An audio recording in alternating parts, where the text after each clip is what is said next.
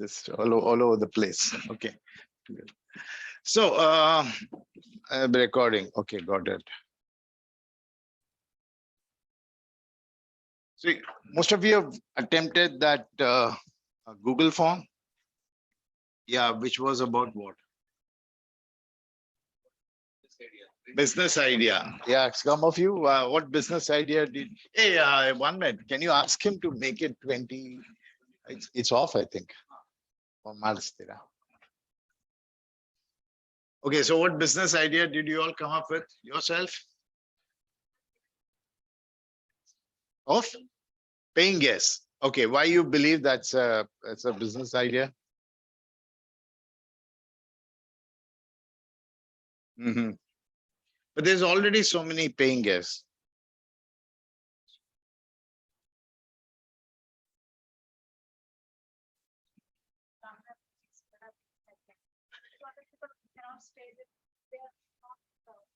Okay. And why do you think you're most qualified for that? No, seriously. Why do you think you're most qualified? So point number one, and then maybe you might even modify it to say, are you listening to me or are you listening to your, oh yeah, you're listening to me on that. No. Take your time, do something. I think put it back. Yeah, so you're most qualified because you seem to know the problems much better. Okay, good. Anybody else? What else did you guys come up with?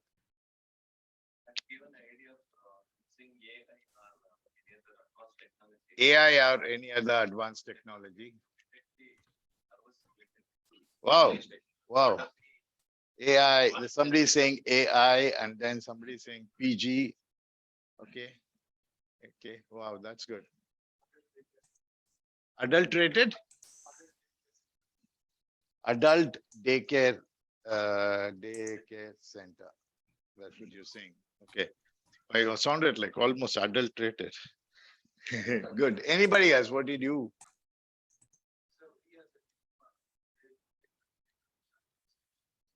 Electric vehicle charging stations. Okay. Electric vehicle charging. Anybody else online? What did you guys do? Guys online, did you come up with some ideas? The 10 of you, I'm living me and somebody else. It's probably daycare. 8 of you. Yeah. What is that? Daycare, adultery daycare. Oh, the same thing. Okay. And anybody else? You just got an idea right now. Then I got another idea. You can talk without getting up.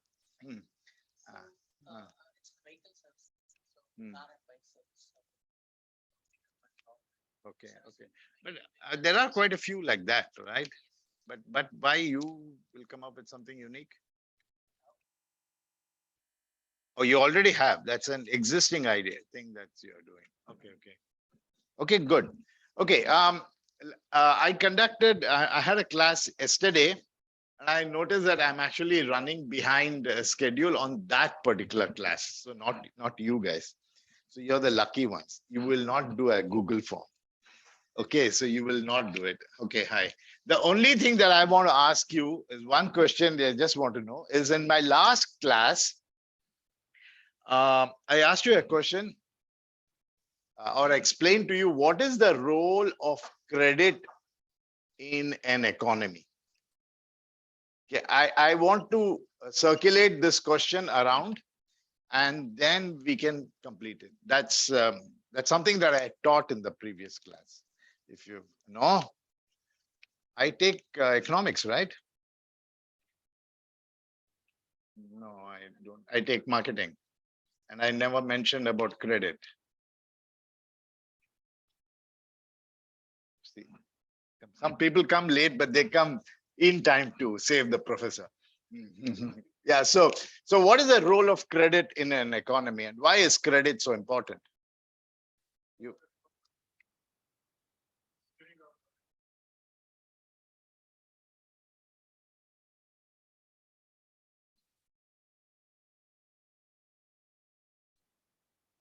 Okay. Oh, you probably off a bit, but I am. But I thought that was something that I wanted to you guys to know it. And how come you have all forgotten? But it's okay. The right to forget, right? Let me pull that slide out because now I know I'll be late for the other classes. So one particular slide I'm going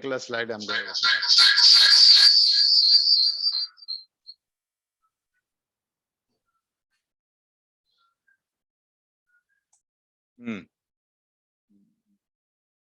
stop share screen.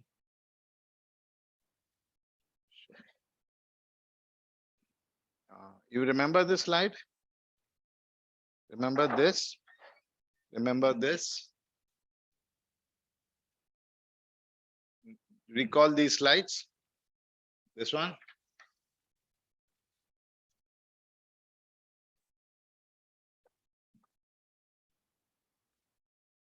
So, creation of the credit system. So what did credit do to us? If you recall this slide, and I'm telling you, it's I told you every class I'll do a revision just to know how much is the absorption level and how much is transmission level also, right? Both are important. Yeah. So what did credit do? Credit actually, earlier I told you the story of kings and taxes and all that stuff. And then credit allowed people to get money in anticipation of business. Like why are you excited about getting a credit card?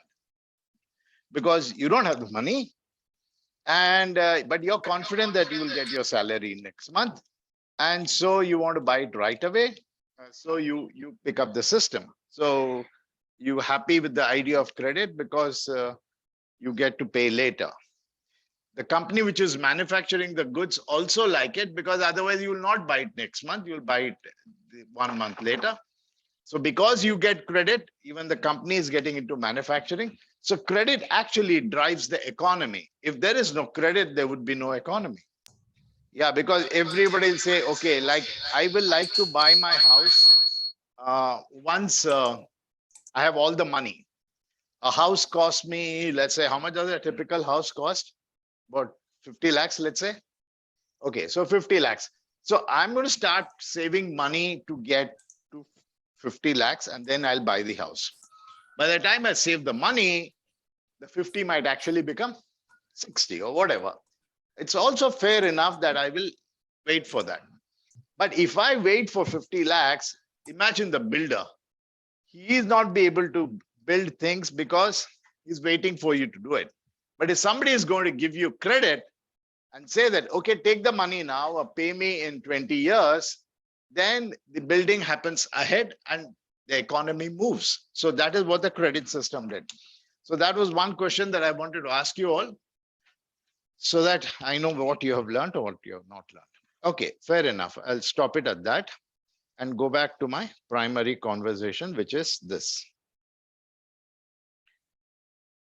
Yeah, on based on that conversation, are you guys following me in my classes? Yeah, it doesn't matter that you might miss out, but I just want to make sure that we get along well. So this is the review we will miss. So all of you wanted to start a business. I asked you some questions about business and all that. So what do you need to start a business? Huh? Idea? Okay, you need an idea to start a business. Very good. Capital, you need to start a business. You need to have a mark. Yeah, he said customer. Then you need to have a market. Market is the customer is probably a somebody online. Go ahead. It's okay. Yeah, market or demand, sir. Market and the demand from the market. Okay. Yeah. So what do you call back end? We call it resources. Resources. Okay. Manpower. Requirements for the business. What is that she said? Requirements for the business. What does that mean? Requirements for the business? the materials which we require. Material. Okay, so resources. Okay. Then what else? Skill and training. Okay, that's also comes under resources. Let's say manpower, resources, skill sets. Okay. Then what else? So capital is there, manpower is there, demand is there, customer is there. Profit, sir. Profit? Yes. Yeah. What is the intention of business? Now we are getting into why are you doing this business? One, he says, I'm doing this business because I want to be profitable. Okay, that's a good idea. Why else are you doing this business? To serve the society.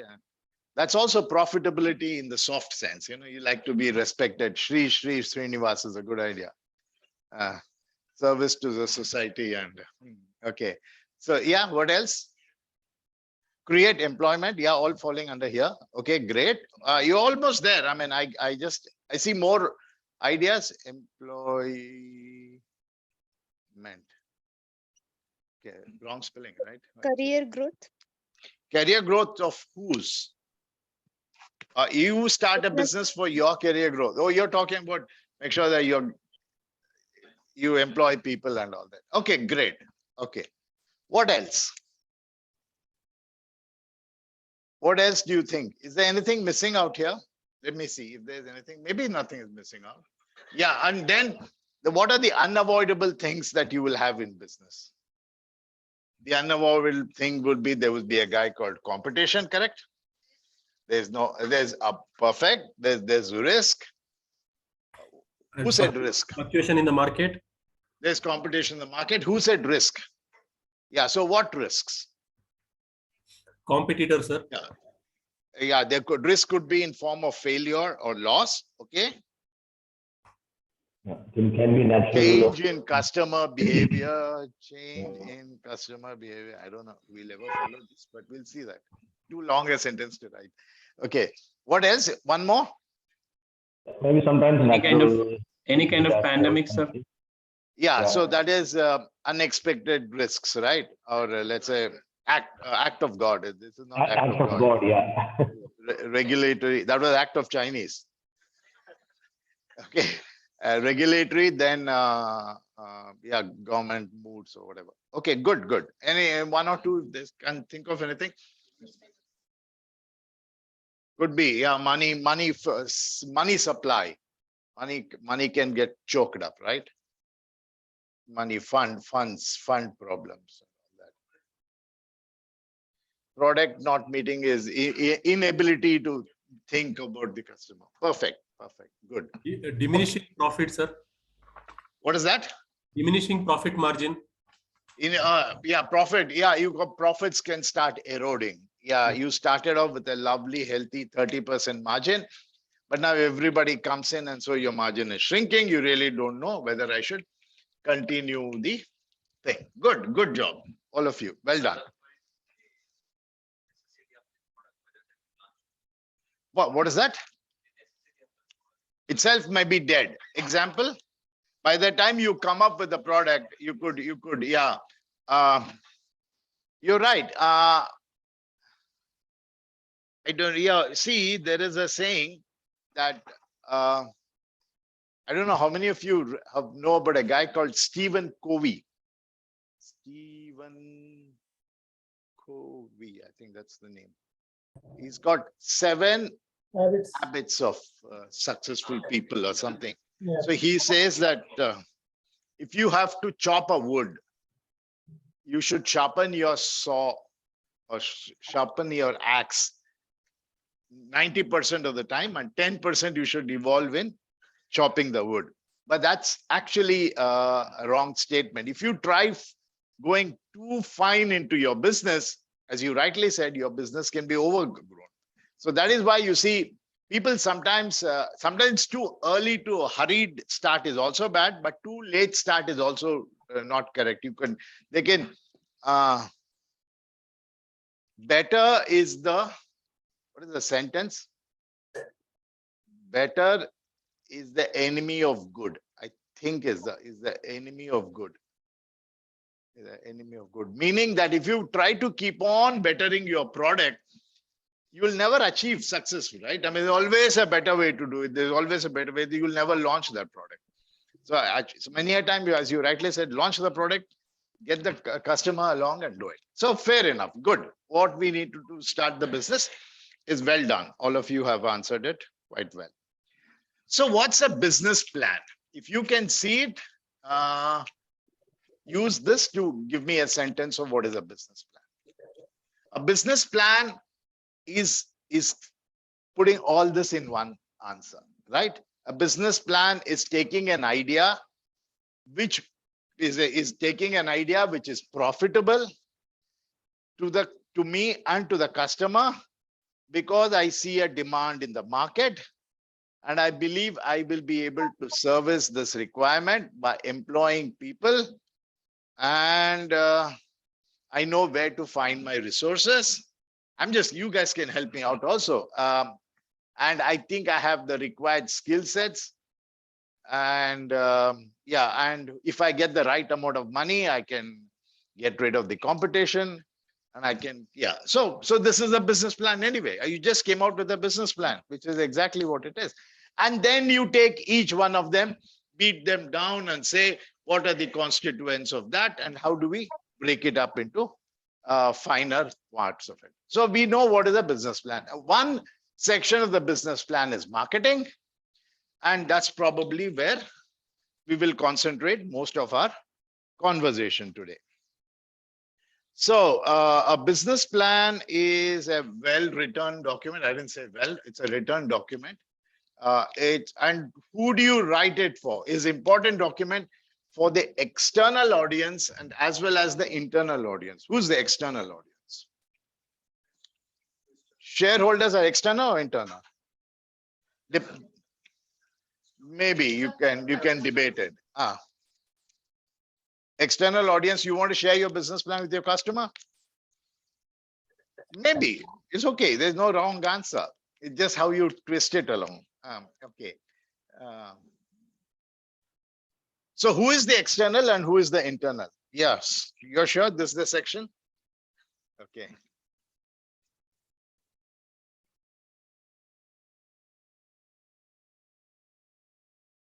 So, So give me, who is your external audience?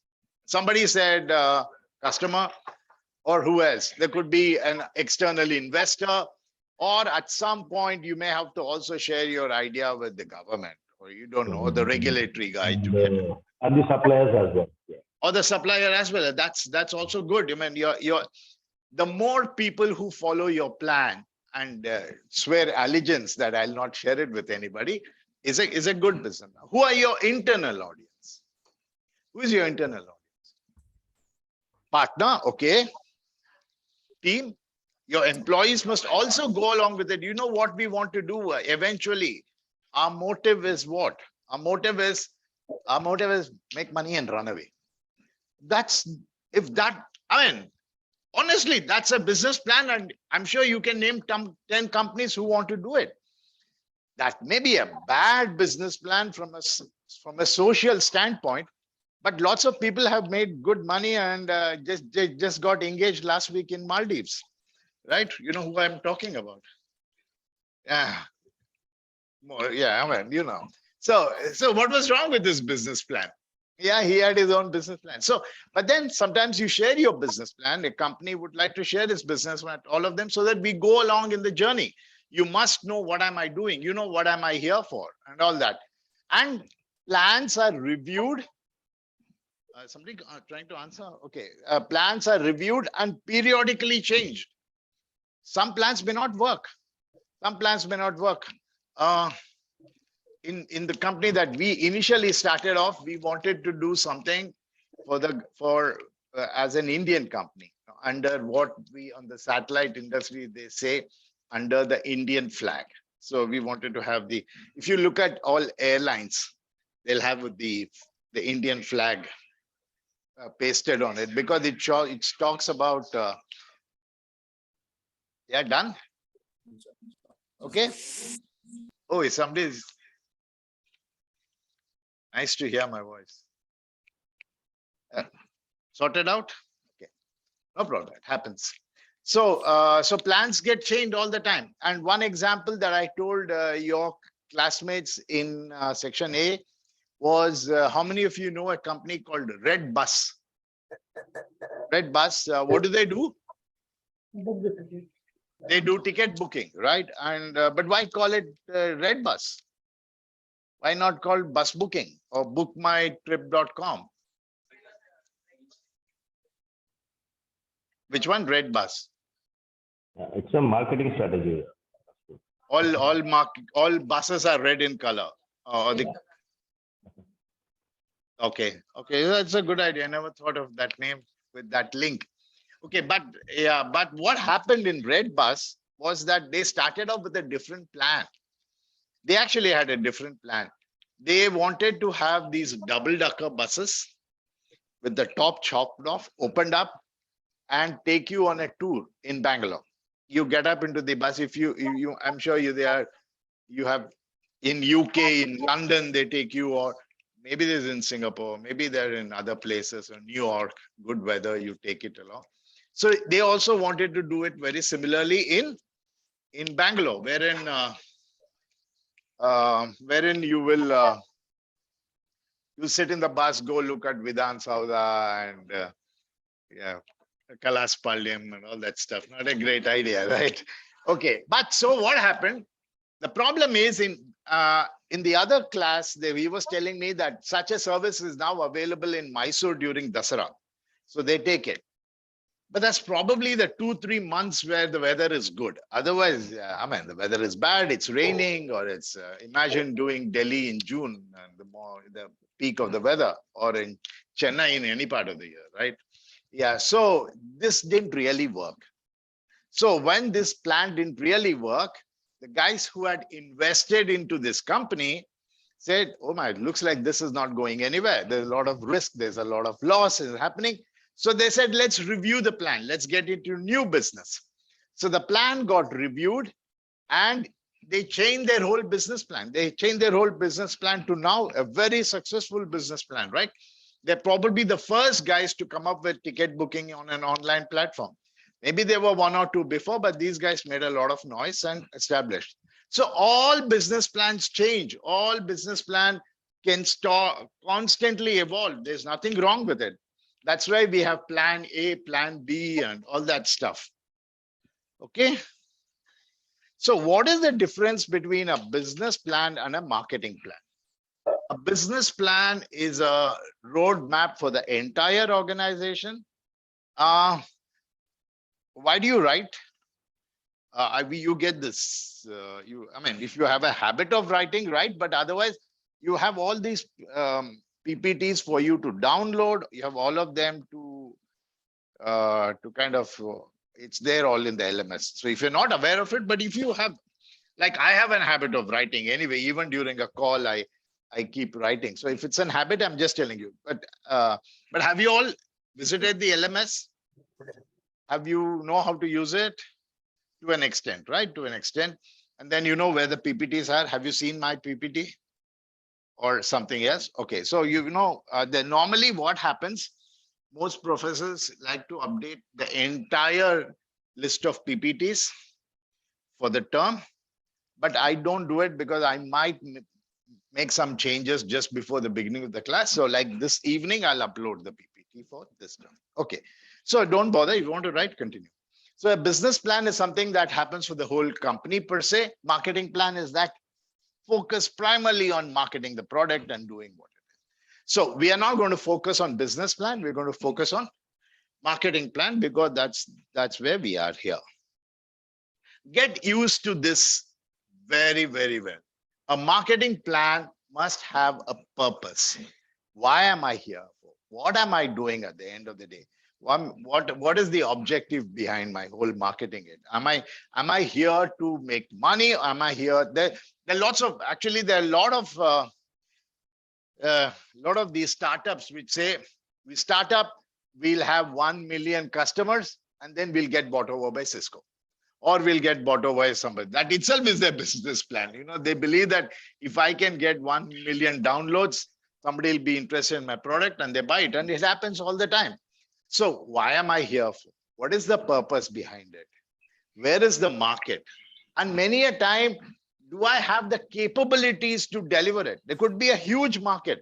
There is, I believe there's a huge market for electric vehicles. I believe there's a huge market for electric vehicles, but I don't have the capability. I have market research, I have market knowledge, but I don't have as an organization. I'm a small company. Miney, the guy who started off with Reva. Miney, I guess he could not scale up to the extent that they required, or maybe the government was also not. So he said, okay, I'll stick to a small market. And then you have a market strategy. What are you going to encounter? How is your customer going to treat you? How is your competition going to treat you? And what is my marketing strategy for it? And we'll begin by discussing what is the marketing mix. And finally, the entire operation plan. So this is what your marketing plan is. They come out in different flavors. If you go and download it in these places, this is one such thing which gets to be discussed out. So the marketing, what are the objective of the business?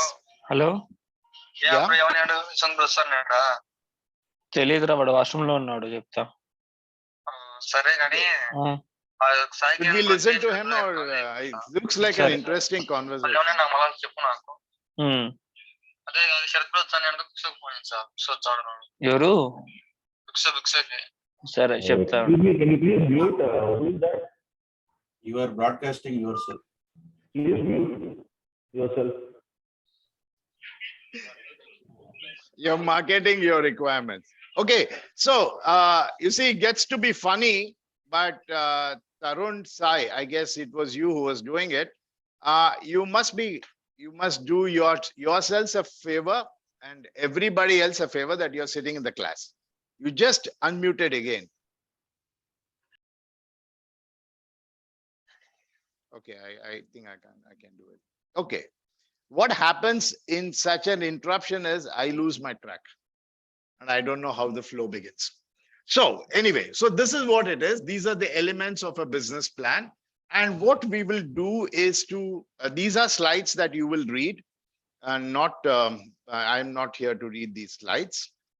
And the marketing department has a business and mission of the organization is largely published. Okay, it really can move me off track. It'll take me a while to come back. Okay. So this is something that I want you to remember. This is the marketing plan process, and this is exactly what we are going to cover in the remaining 15 hours or 14 hours of conversation. We talk about this is get it into your head, get it into your head, get it into your head. Be very, very clear about it. We're going to talk about a business vision statement, mission statements. What are the objectives of getting into business? There's another nicer thing that I'll put that. Yeah. Okay. So we're talking about the vision. What is vision? What is a vision? Is that what do I see from how do I see my company 10 years from now? How do I see my company 20 years from now? How do I see myself 18 months from now at the end of this this MBA course? Am I going to be the same old person or am I going to be slightly different? Would that enable me to get a better pay? Would that enable me to go to up the ladder? Would it enable me to switch to a different company? You must have a motive. The bigger mission, the vision is do me a favor, you're already late. Go get the guy to check on the air conditioning. I think it's still hot, okay? Yeah. So this is what the vision is. Vision is that long-term perspective that every company has, every individual has, every government has, every organization has. Mission is something more narrower. It's a little more well-defined. Vision is too far a vision. Mission is something, mission is something more nearistic, more achievable once and or the process it is. And then why am I here to do this business? What are the objectives that I am? Like he said, my objective is profitability. My objective is the service to the nation. My objective is to say, make India lower its dependence on fuel, because that is why I want to start up 10,000 solar plants or something like that, whatever is your objective.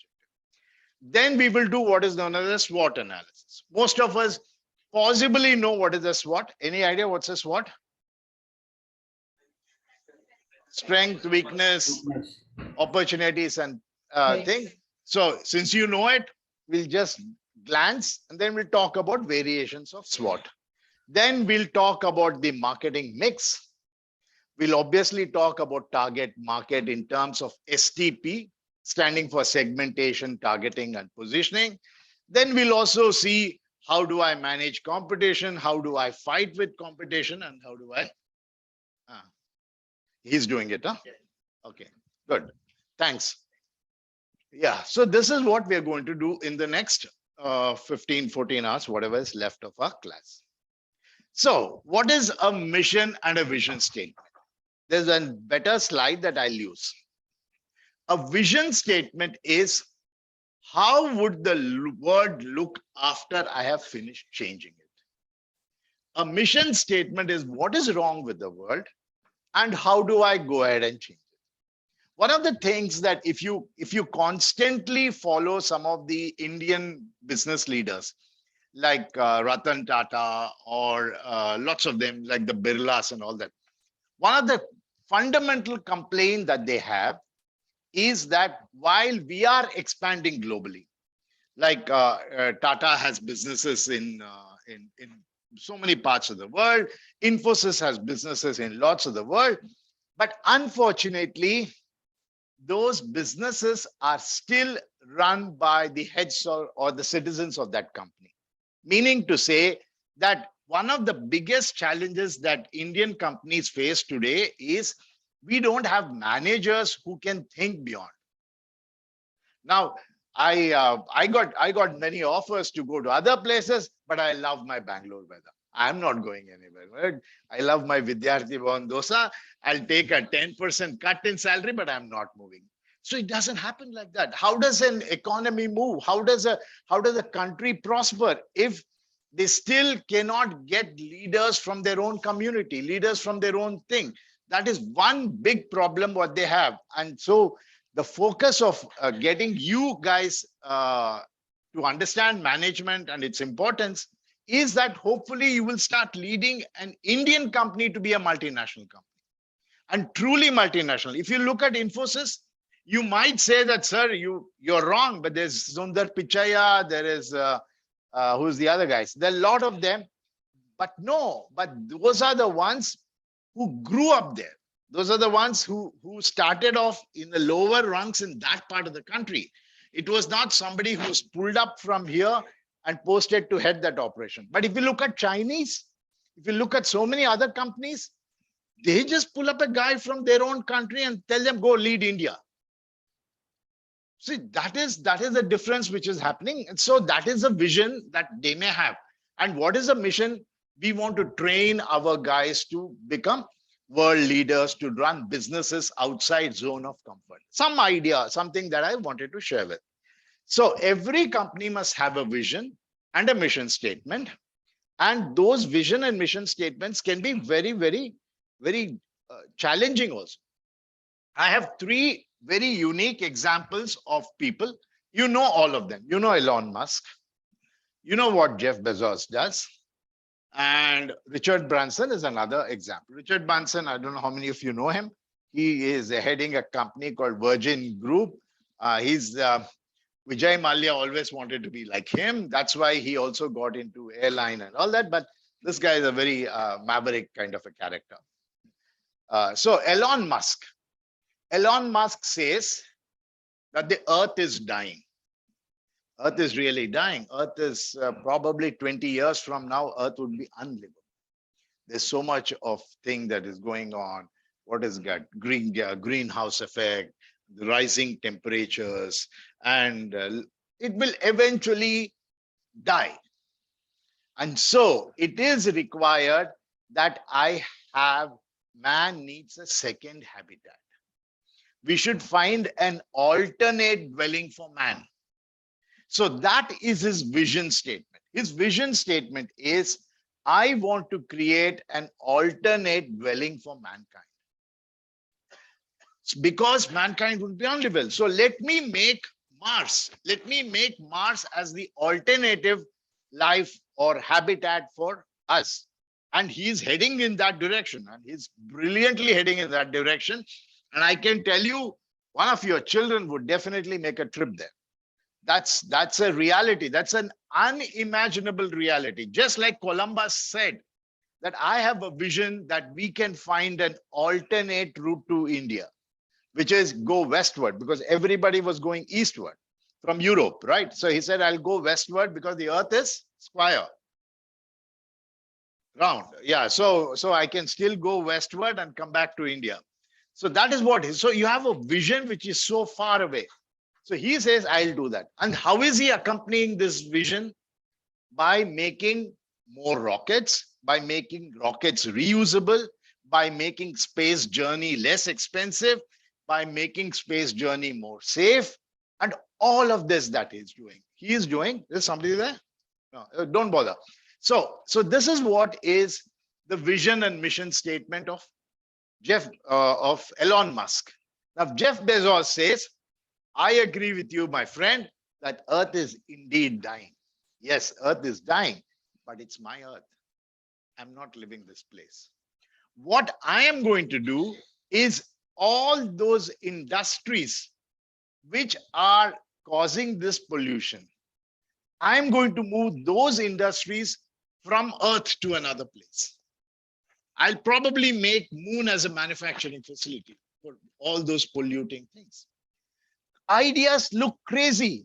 You must have the craziest ideas, and then only you will have a mission to go somewhere. That's why they say, aim for the stars, at least you will hit the 5th floor of the building.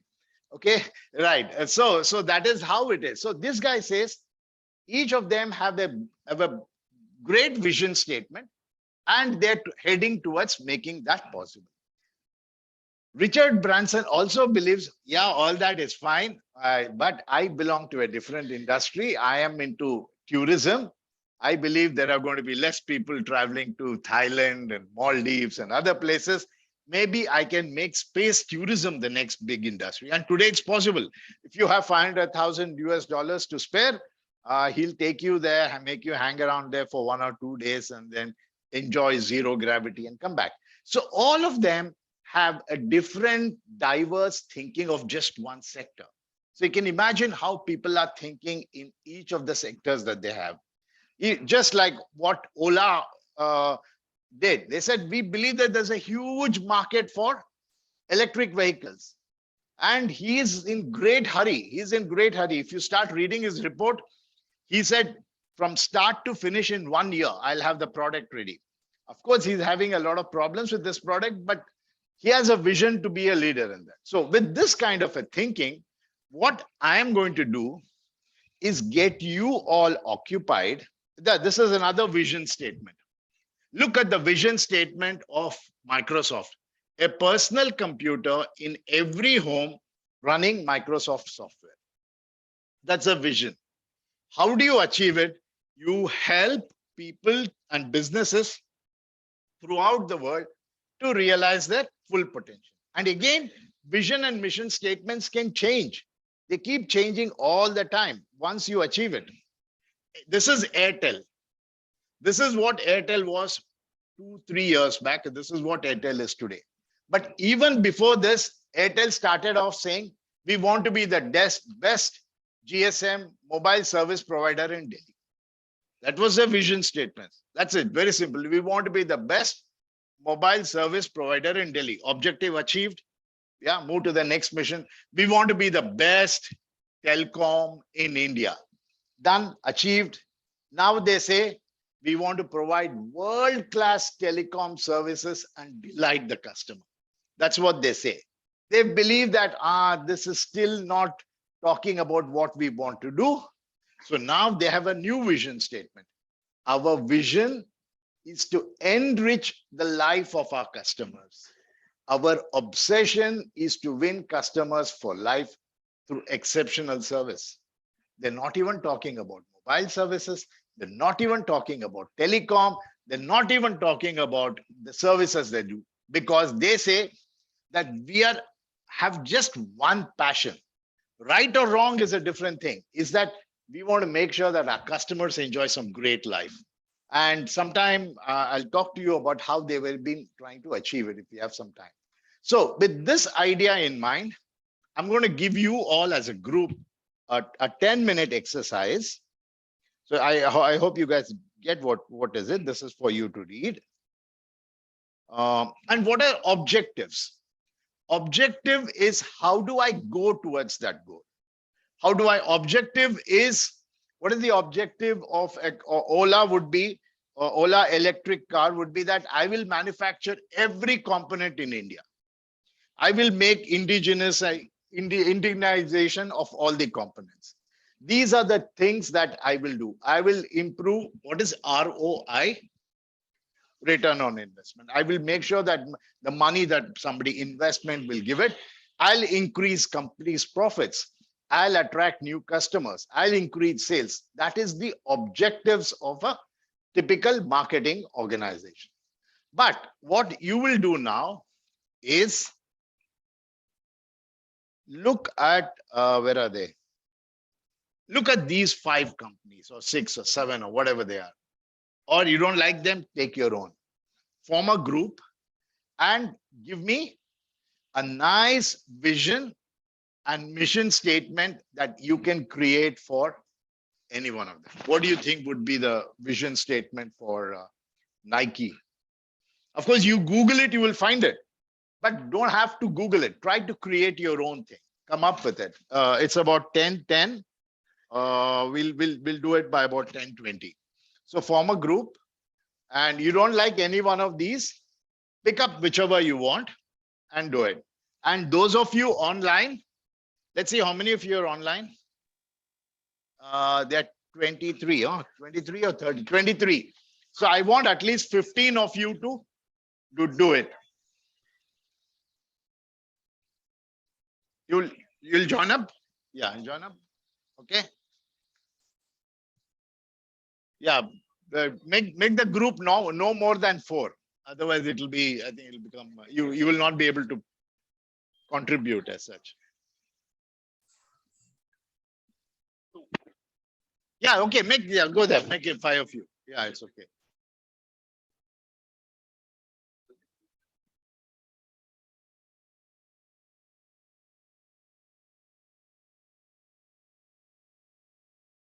Think a while before you select something, okay?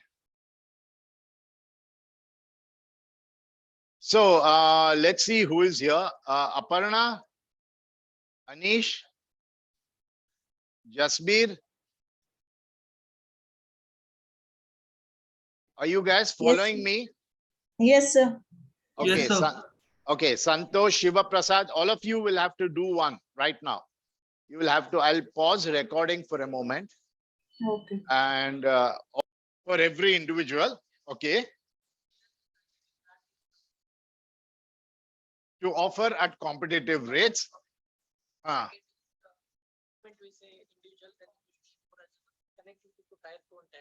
Tier 2 and tier 3 city. Okay, so listen, guys. These guys want to be, what is it? Make travel affordable for each individual and then make it cost effective. And tier 2 and tier 3. What is yours? Oh, you want to say something? Sorry. Seamless customer experience. Okay, not airless. Seamless. Yeah.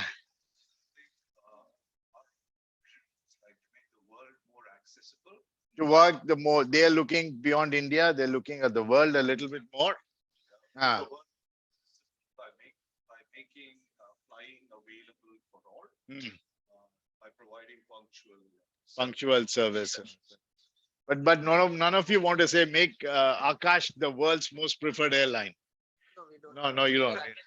Yeah, there's phase two. Okay, very good. Well done. It's just for you all to understand. And now, Miss Singh, right? You gotta, yeah, good. Okay.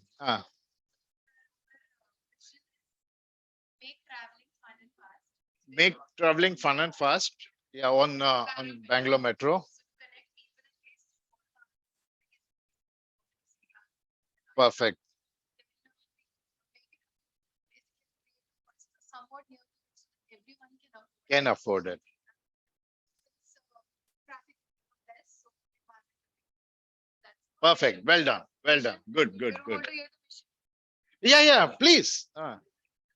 Mission is better connectivity and increase the number of compartments, because now obviously compartments are not much and trains are also not much. So we need Yeah, more you trains. have more mission. Then there should be proper washrooms, childcare,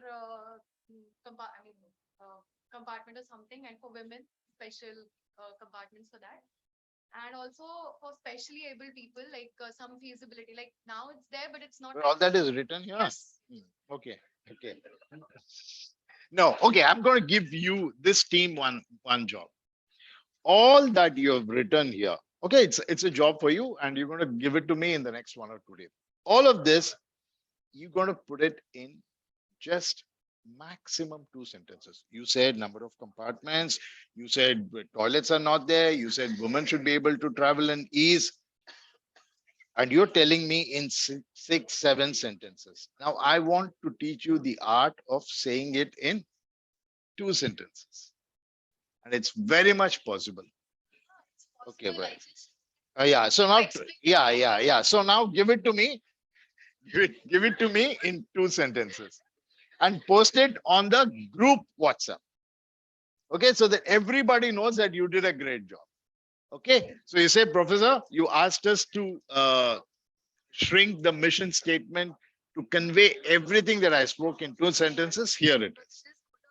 Perfect. Very good. Because you're looking at it. That's exactly. Otherwise, I wouldn't have given you. I would have just said, good. Okay. Well done. Yeah. Now this one. Dhruti. She's still writing. Your mission is to complete the writing by today.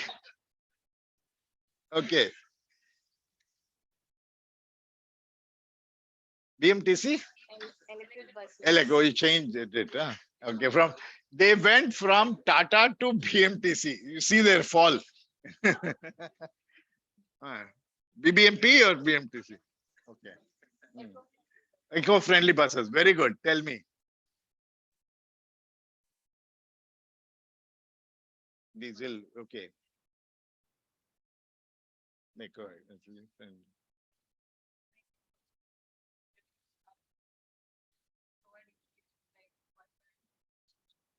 Wow. Good. Well done.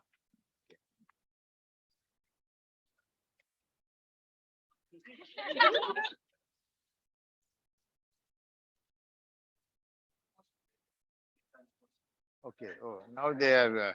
Now they, So it's to ensure everyone can afford to travel around the world without any issue with the price. And the mission would be for the airlines to provide sustainable airline transport for passenger as well as cargo by ensuring safety as the most high priority. most high priority. Perfect. Good.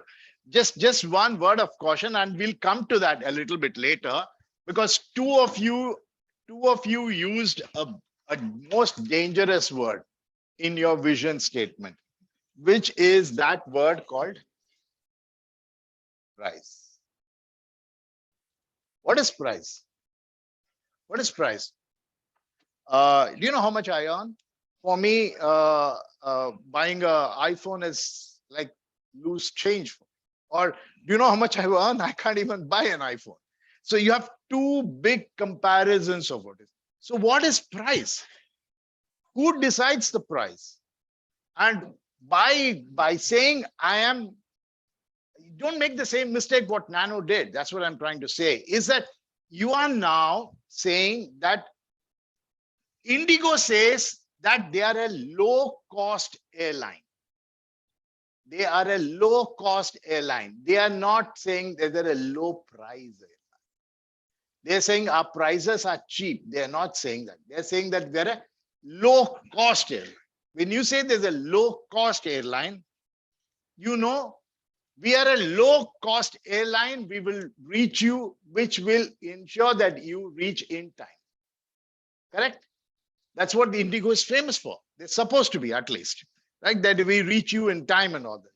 They're saying they're low cost. The moment it's low cost, what does it become? Is that we'll not provide you food. Understood, right? Because we can't afford to give you food because we're a low cost airline.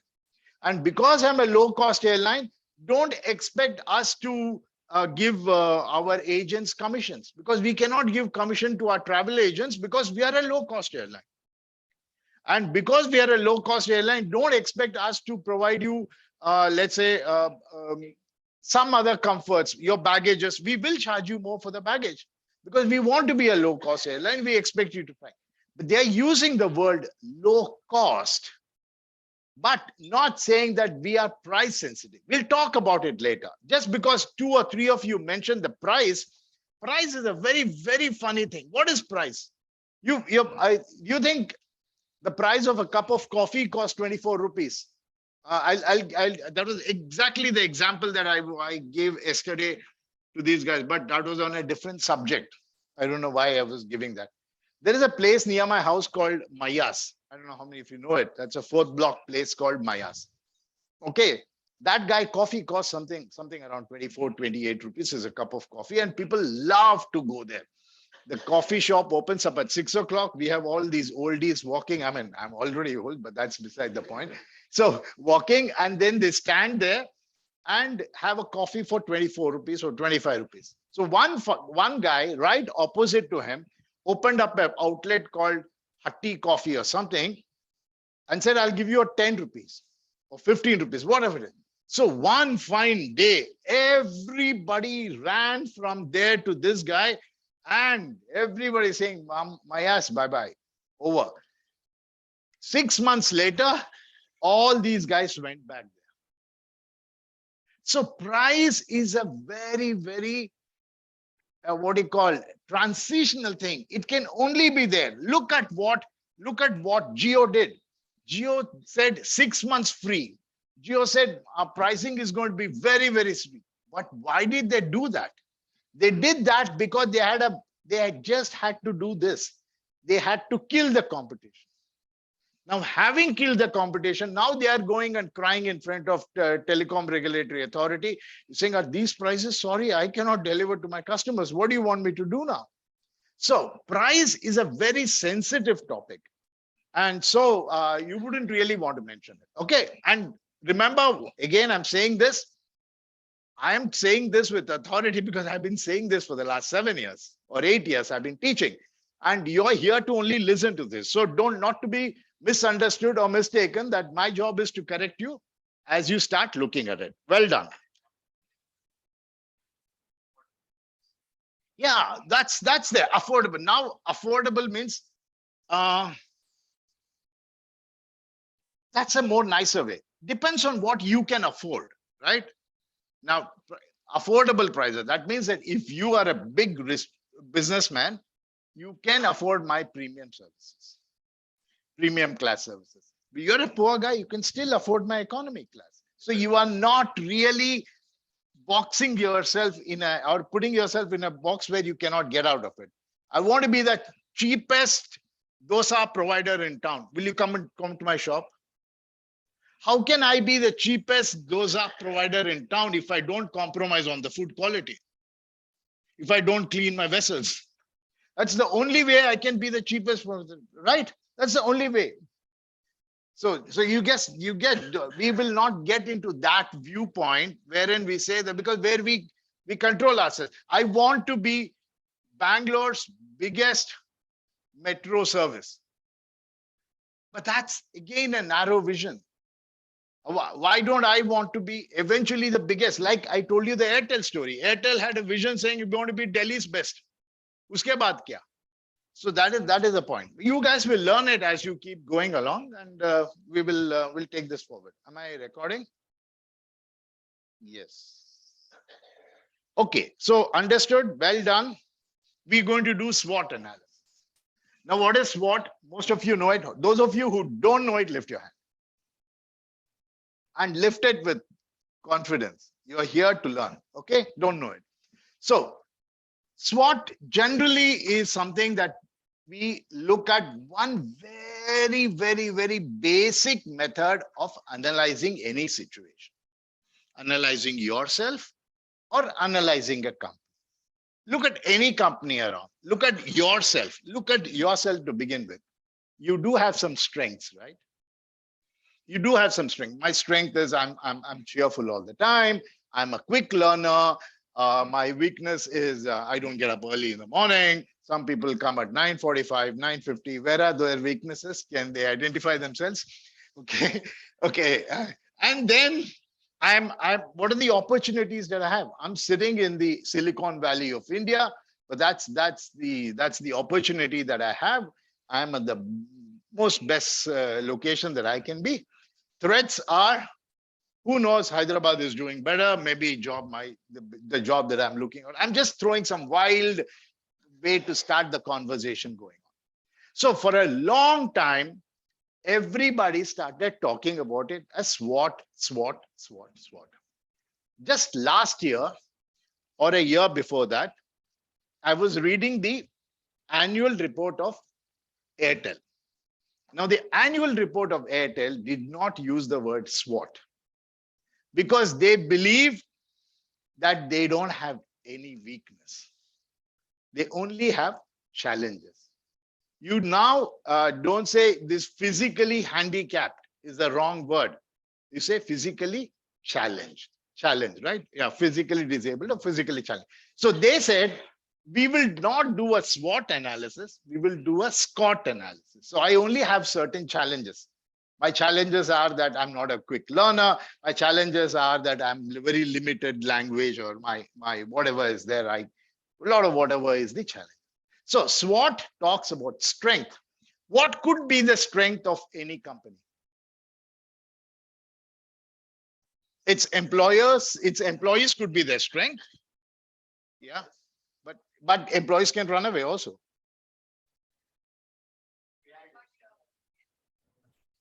Without the employees, yeah, I want you to remember when it comes to it. Okay, so you said employees are a strength. Perfect. What else? The product that I have is itself a great strength that I have because I have some unique IPs. And nobody can do it. If like I gave you Serum Institute of India, I mean, there are some unique IPs and so they can't do it. What else is the strength of it? They have a brand. Yeah, I mean, that brand will take a long time to dilute even if you do something bad. You know, what is that? Oh, no, she said something. Location. Well, how's location very important? You're perfect. Oh, I have a coffee shop right opposite to Taj Mahal. I guess I have a great location, right? And people will come. They have that's their importance is their location. Yeah. And what else? Oh, I have a popcorn shop inside the PVR. Location. Who cares, right? I'll charge you $200 for the most horrible popcorn. You'll still buy it because you can't go out. Yeah. So what else? So you have strength is people, strength is IP, strength is location, strength is customers, strength is technology, strength is innovation. Very good. All of them is very nice. Anybody else? You've been very quiet. Brand and reputation, you believe. Finance, how is it? Think about it, and you got it right. I'm not going to give you a follow-up answer, which is wrong. So what is finance? HR practices. Give me an example of that.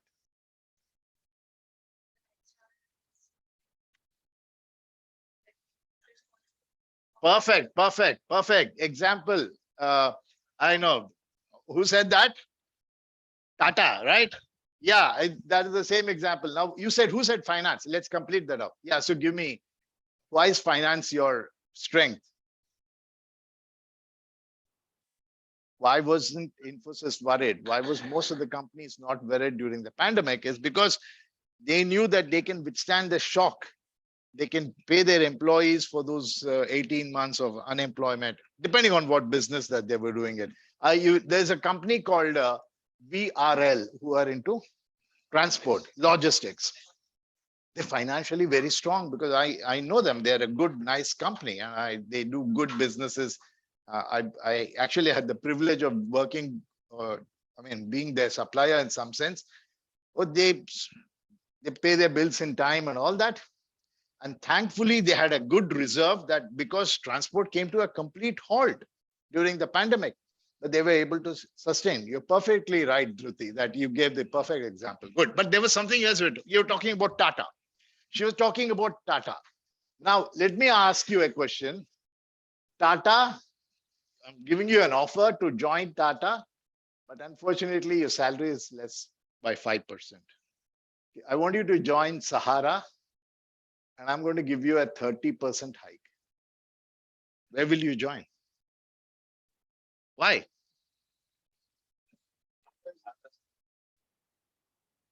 A reputation. So there you see the practices that they have towards their people, the practices that they have towards their people, how they were able to do it. And I remember one particular company that I was working for. We did not make the payment to our supplier within 30 days or 60 days. And I was supposed to be the guy who was supposed to approve that supply. And on the 61st day, there was a notice saying that the supply has not been paid. And it came down to me as to why did you not approve? I said that I think the guy had some issues. So he said, if the guy had issues, you should have sorted out those issues within 60 days. There's no way that we cannot pay our supplier. So imagine the love that supplier has towards that company. He says, sir, take the money. I mean, take the product. We know you guys are paying. So that is what is the strength of a company. So weaknesses could be what? What is the weakness? People are your weaknesses again. Yeah, you don't know how to retain your employees. They might run away. I mean, that's what happens, right? I mean, same financial. I'm doing everything good. My finances are bad. No proper training and development. Weakness, outdated technology.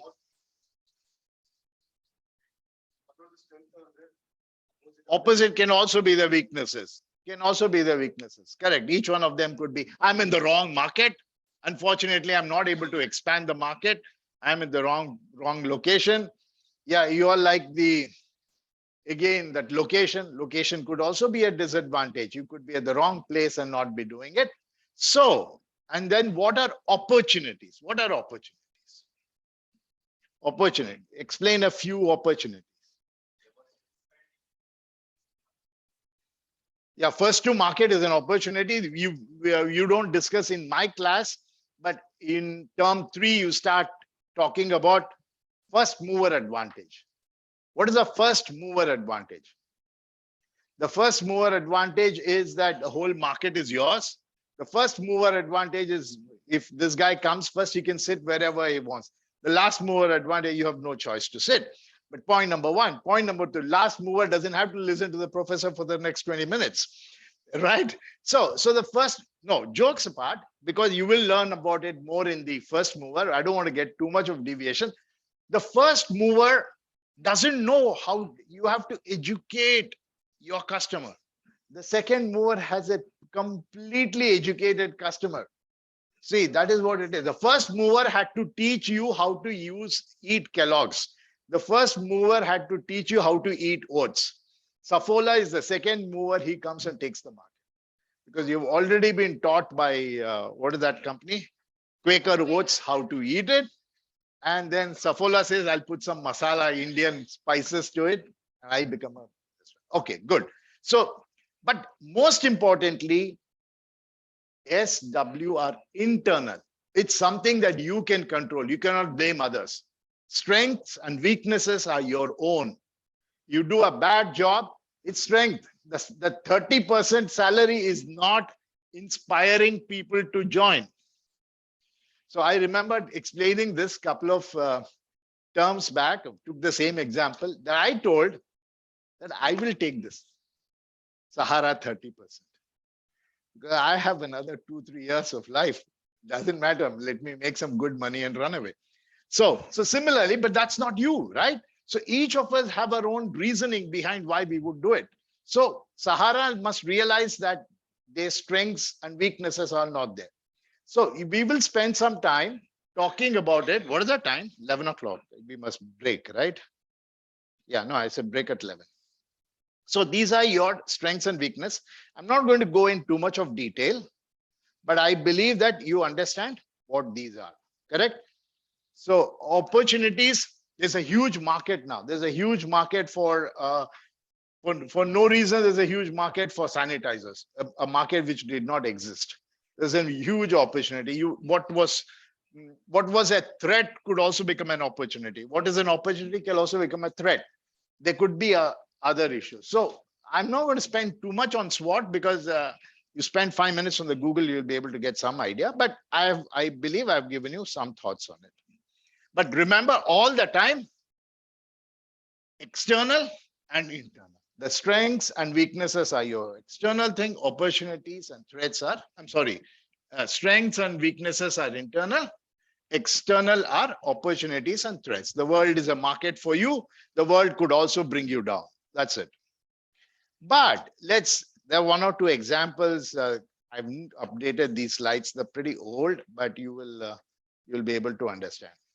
So maybe we can look at, but I think I'll leave it. But again, you may read a report and may not find the word SWOT at all used. Everybody wants to innovate a new terminology. So there could be SWOT could be replaced by SOAR, strengths, opportunities. See, they're more positive thinking. I just realized that what Airtel did is to stop the negativity within the company. Hey guys, I tell you, we have a major weaknesses in our company. How does it sound comparing? We have a few challenges to meet.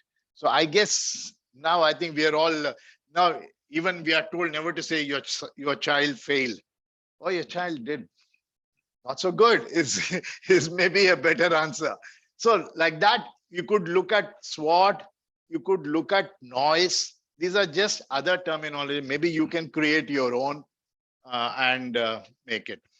Because a good MBA student, he will not use these terminologies. He'll create his own terminologies. But what we are going to focus today is what is known as the VRIO model. A VRIO model is a more latest model, the more current model in which we start looking at it a little more differently.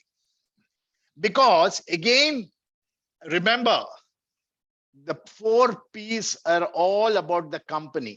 The 4 P's are all about the company. The 4 C's are all about the customer. So the SWOT is my weakness, my strength, my opportunity, and my threats. It's all about my company. But VRIO said, how does the customer see me as? So this is a more current thought process. So the question is, am I valuable to the customer? The product that I'm bringing, does it bring any value? Oh, I think I have this, I've just taken up new hobbying of painting. And here's the new painting that I have done. I want you to buy it. Wow, just because you painted it, it doesn't mean anything to me. There's no value to it. And I remember at one day, I don't know, maybe that lady had a bad day in office. She called me up and said, do you want a personal loan? I said, I don't want a personal loan. She got upset. She said, why you don't want a personal loan? I'm not talking about now. I'm talking about a few years back. And she said, why is it you don't want to buy? I said, I don't want it. Maybe she's trying too hard that day, not able to get anybody to agree to it. Is that I didn't see any value to it. Somebody else saw value to it. She's wondering, I'm giving them at probably very good interest rate. Why is he not taking it? I'm sure he should take and do something with it. But I said, no. So unless and until the user sees a value, a customer sees a value. Yeah, so that is what it is. So is it valuable to the company? Then is it rare? What does rarity mean? Is that now there are a lot of things which are getting an auto anywhere is no longer a rarity. There's so many options. Doing an MBA course at any one of these places, you have 10s and 20 colleges to choose from. So the rarity factor is gone. The rarity factor is good. How rare is the thing? We'll discuss it in some point in detail. How difficult is it to imitate? Just because you seem to know the formula, can you just imitate it? A lot of things cannot be imitated. There is a unique formula of the way it runs. Even if what is it? Cafe Coffee Day wants to model himself around Starbucks, he might try it, but he cannot imitate it because they have some uniqueness in their formation. So we talk about a model which is valuable, rare, difficult to imitate, and an organization around it. What does an organization around it mean? Is that, do I have the capability to deliver what I'm looking at? Now, let's say you see a huge market. You see a huge market. How many of you know a company called MTR Foods? MTR Foods. What do? They make all these masalas and quick to eat and all those things that they were doing. And they have a great brand following in South India. Actually, they don't even have a great brand following outside of Bangalore or outside of Karnataka. But in Bangalore, they have a significant presence. They have tried multiple times to enter the complete pan-India market. We like their products. We believe that they have good, and when we travel outside, we also take it. But what is happening is they do not have the capability to reach out to all the places in North India. They don't have the capability to have their presence where it matters. So while that product may be valuable, while that's really a rare, which South Indians would like to carry it wherever they go and eat, it's very difficult to imitate. They don't have an organization or a delivery or a supply chain mechanism which can support them all along. But look at McDonald's. If they want, overnight, they can set up 10,000 outlets in any part of the world. It's because they have an organization to set it up. At one point, I remember there was this battle between Uber and Ola, and there was a third guy who wanted to enter. Tiger. That was, he'd had some political backing and all that. But why do you think it failed? It's a great idea.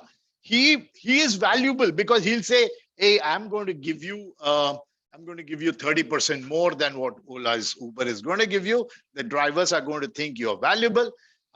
Don't challenge me. I know it's going to fail. Rare is probably the only guy who understands my business, and he believes that I can imitate it and I can do it. Can he have an organization to do it? Ola and Uber are successful because they are already in 10,000 locations. They have a single operating system which works, or the backend office which supports this. Imagine the backend office to just run one city. So they may fail primarily because they may not be able to have an organization to run it. So these are the 4 parameters. And what we will do in the next page is understand how these work. I want you to read this. Look at this. At any stage of your analysis, if there is a no, then this model says that your service, your idea, your company will fail. Is there a certain amount of value that you're providing to the customer? Whatever that value is, taking you from point A to point B, or the services that you like, or whatever it is. No, I am not providing any value to my customer. There is a competitive disadvantage, and hence your model will fail. Yes, there is a value. Is it rare? No, there are hundreds who are providing such services. Then what's rare about your service? Okay, that will fail. There is, even when Ola, Uber, or even when you took up a model like Akash or anybody else, it's still rare because it's very difficult to start an airline.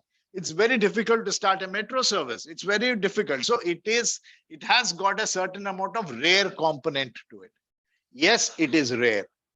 Then you come further down. Is it costly to imitate? Yeah, it's impossible to imitate. It's costly. People cannot just start off another service. So you have a competitive advantage. Then finally, do you have the organization to run it? Yes, I have the resources, I have the money. And then you say that my VRIO model is complete and we are able to do a competitive advantage. Are you guys able to follow me? Perfect. Every step, I want you to remember when you do a VRIO analysis, every step, you must ask yourself a question. Do you offer a resource that adds value to the customer? No, over, your model fails. Do you control that resource? Yes, then you go further. Can it be imitated? All right, I just give you an example of imitated and all that. Many years back, when I was working out of my office in Kormangla, the first time I saw on the roadside a vehicle which said 99 varieties of dosa. I said, I was thrilled. I said 99 varieties of dosa, and I just ran home, picked up my wife, and told her, you must come. This guy is offering 99 varieties of dosa. Grumbling Janagar to Kormangla is heavy traffic all the time, but she grumbled and came. We looked at the place. I took a different road back home and I saw 10 of them. Why? Anybody can imitate that. Anybody can imitate that. So as long as the imitability is not there, what's a big deal? I'm trying to avoid talking about one other model which will help you understand, but looks like I might have to eventually go there. Is that I have a guy near my house who makes some brilliant tomato charts. Okay, you must really taste it out. It's very unique. It's very rare, and it's value because he gives me some great taste. So it's valuable. It's rare. Can it be imitated? No way it can be imitated because it has some unique formula in his combination. But is he a rich guy or a poor guy? He's most likely to be a poor guy because he's just got one vehicle and he comes every day in the morning. Why is he a poor guy? If he's able to fulfill the V, the R, the I, why is he poor? He has scalability. It's impossible for him to scale. The only guy that he can do it is with his employees. And then if he shares that formula, his employees will go and open another branch. So you see, the problem is that you may have VRI and then you may fail on the O. And that is why you see a lot of these companies just not able to do it. Now, let's think about it very differently. I'm a startup.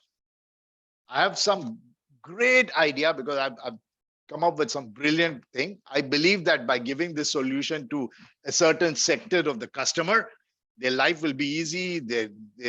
Much of their problems will be solved. Yes, it's rare because only I have thought about it. And then it cannot be imitated. No, it's impossible. We have some unique IPs and all that. And then I come to you and say, this is where I'm stuck. If you are the investor, what will you do? We got a V, we got a R, I got a I, I'm struggling with the O. That's what an investor will look for. He'll say, okay, if I give you money, you will start building up your O. And then you will be able to expand. So that is when an investor will possibly come and say, okay, take this $1 million, expand your services because I know that you are able to meet 3 of this criteria. And if I give you the money, then you will meet the 4th criteria. So that is what people will use it. We will discuss that in the next, right after this in our thing. So do you all follow VRIO, guys, online? Yes, sir. Yes, sir. Yes, sir. Yes, Okay. sir. Yes, sir. VRIO can also be known as VRIN sometimes. N is saying for networking or something like that. Okay. Just like if you start reading in you reading books, you will never see the word MNC. What does MNC stand for? And you will use the word MNE.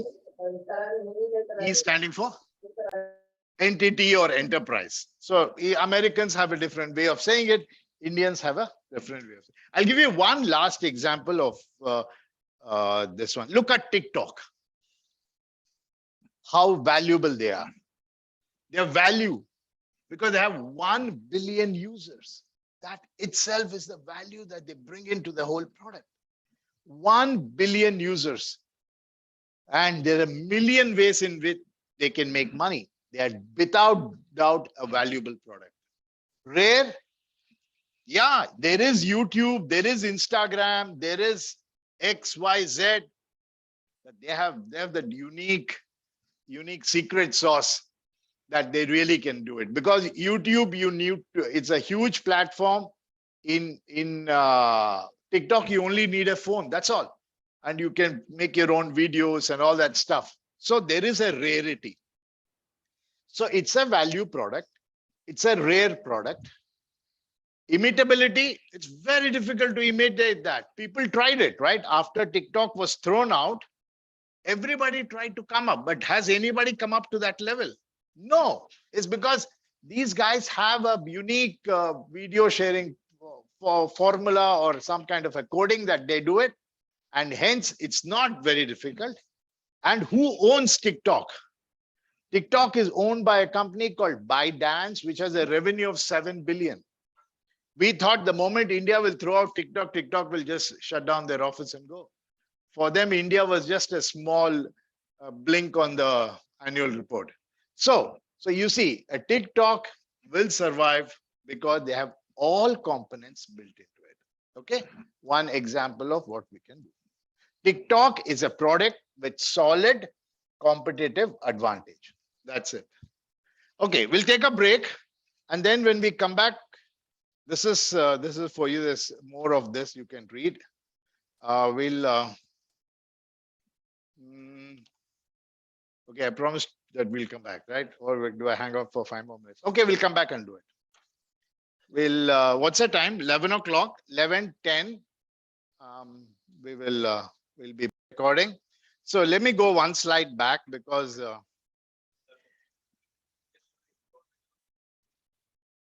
yeah, I actually wanted to do that. But I couldn't, I couldn't find that particular PPT. So I'm going to give it to you next term. Okay, next class. There's a, I think it's nicer to explain it with, I normally used to do. Now what has happened is, I want to tell you how the MBA course has also evolved. We started off with probably about 20, 22 people. And now you see the number of about 150. So we've evolved both in number of students, but we have largely evolved in terms of what we are delivering. It's becoming more complex. It's becoming more structured. And we are now pushing you guys more harder. We are not soft. We are really pushing you guys harder. So earlier I used to find about a half an hour slot to give a general conversation. Now I'm all packed for time.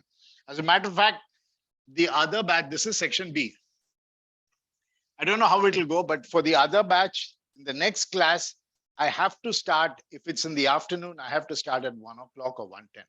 So because we are in some way running behind syllabus, or not behind syllabus, behind schedule. So we'll see. Hopefully, you guys may also have to start off in the next class early. So having understood SWOT and all that is there, we're going to spend a little more time getting to understand what these external environmentals are, you know, opportunities and threats. More so threats are external, right? Opportunities and threats are external, strengths and weaknesses are internal. So what are these uncontrollable factors, as you call them? They are two things. One is the macroeconomy and the microeconomy. We're going to talk about 4 terms: pestle, macro, micro businesses, red and blue ocean. Okay. Now at 11:20, I'm going to skip macro and micro. Yeah. Macro and micro. And then when I have some more time, one of you will make a note of it that I've not discussed this point. And sometimes towards the end of the class 6, if you have some time, we'll discuss, or otherwise make sure that I talk about it. What is pestle? Pestle are those 5 or 6 things that could affect your business. For example, political. You might be doing everything right just because of being on the wrong side of the politics, or for political reason, you're out. Exactly the company we discussed before we wound up. TikTok. Everything was good about them, right? They had a perfect VRIO model working. But just because India and China are not in good friends, boom, we are not going to do business with you. Gone. Politically gone and wiped out. Now, I have a brilliant solution for Sri Lanka. Feeling cold? Why don't you go tell him to switch it off? We can even have this door open. No, make sure that you are at comfort, and the air conditioner is supposed to condition the air, not cool, make it this one. So one of you can take the liberty of going and telling. So the other is economy. Everything is good, but the Sri Lankan economy is collapsed. So what can I do about it? My business is not for political reasons. People, I'm on the right side of the politics. The people love my product. I have the best of the technology. I am not violating any environmental or legal laws, but I'm in the wrong business. I'm in the wrong country. Nobody wants to buy my product because they are worried about basic needs. Now Sri Lanka has, unfortunately, it was compared, Sri Lanka was good on the happiness index. Now look at where Sri Lanka is found. They have fallen down the Maslow's pyramid to basic. Now they're worried about waiting for queues for food, and it's a sad thing. So pestle, political reasons, economic reasons, social reasons. Social reason is we don't like you. That's as simple as that. We don't like this product that comes. With a lot of companies we don't want to do because for social reasons. There might be a liquor shop in your neighborhood who is completely meeting all the requirements, but it's a social thing. We don't want the liquor shop in our neighborhood. He may be legally allowed. He may have all the licenses. Yeah, sorry, we will not allow you to do it. There's a social reason why he'll not be there. And technology, companies get thrown out for technology. Godrej was into typewriters. Where are they now? They're gone. So technology can throw you out. And sometimes if you're not meeting environmental laws, that's the new thing now. You don't need it, you're out. And legal, you don't follow certain legal laws, you're out. So pestle is about that. Now, what we are going to talk about is, we're going to skip this because I guess the reason why I'm skipping it is hopefully your professor in economics might talk about it. And if he doesn't, we'll come back and do it. What we are going to talk about is a relatively new concept. And when I say relatively new concept in education, it's like 4 years, 5 years, 6 years. Because it takes a long time before they actually get certified as the thing, is what is known as markets.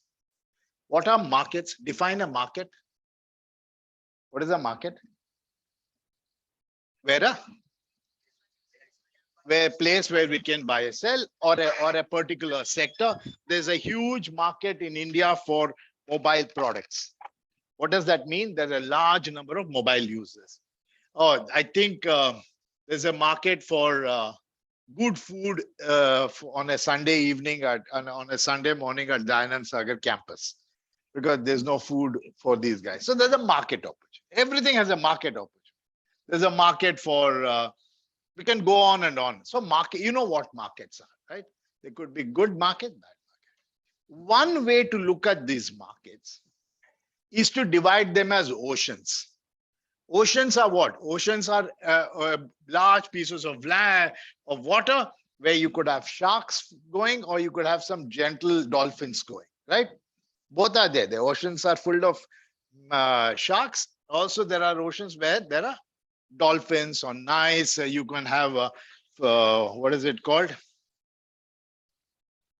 Yeah, or you can have the fauna, flora on the sea where you dive in and see. But These two guys who started this concept, I forget their names, you can Google it out. They said we will divide markets into basically two oceans, red ocean and blue ocean. Now, what is red ocean? We must first understand the two axes. This is called the pain axis. You can't see it from where you're possible. This is called the pain axis. And the other is the delight axis. So a red ocean is that ocean where the company has to undergo a lot of pain to have significant or any kind of presence in that market. And how much ever pain they may undergo, they will never delight the customer, because the delight axis is almost at the bottom, right? So you undergo a lot of pain and then you don't delight the customer. Why do you want to be in that business, first of all? Well, but some people want to be in that business. We'll think about it later. But there are those businesses where you undergo least pain. You don't even experience pain to deliver the services, but the customer is so excited about you. There's a huge amount of delight among the users. So these are the two axes. They are known as the red ocean and the blue ocean. Red ocean also red because it signifies blood. So this is where you will have to undergo blood. You might have to go through hemorrhage in the whole business of doing it. You might lose yourself a lot of things. And so we have what is called the red ocean. In red ocean, an example of a red ocean is there are already 20 varieties of salt. Now, one more guy comes up and says, here, you buy Ramesh salt.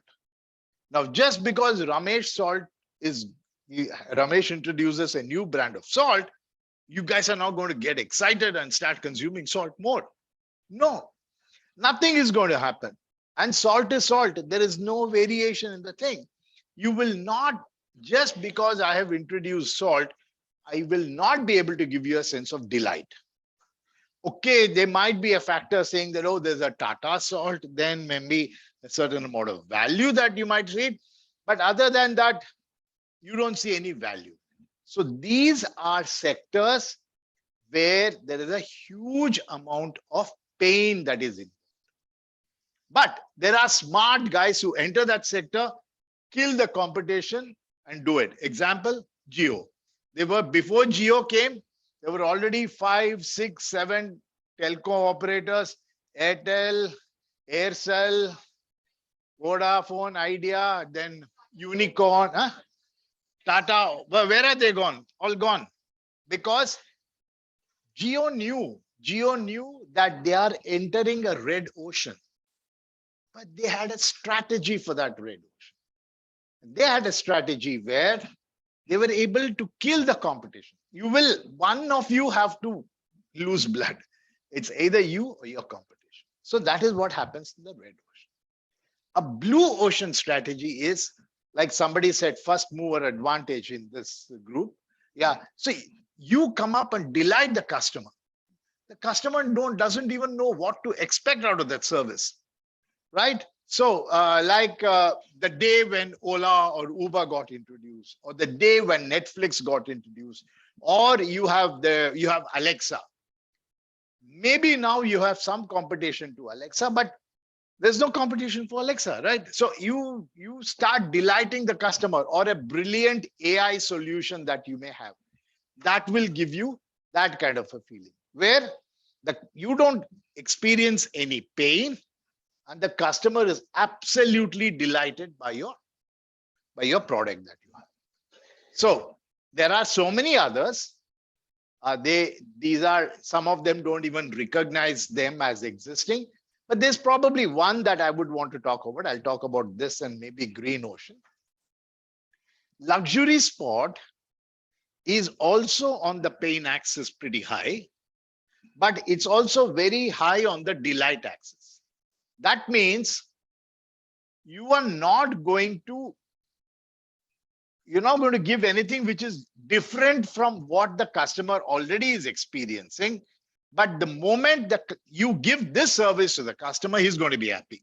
The example is an Apple Watch. Now, there were watches before Apple. It's going to show the same time. But look at the delight that the customer is going to have the moment he gets himself an Apple Watch. So he is positioning it as a luxury sport, a differentiating revolutionary product, which was already delivering some services, but ends up there. A green ocean is that where it is also under the red ocean category, because it's very, very low on the delight fact. So you can never delight your customer, but you do more improved services like Indigo. What does Indigo say?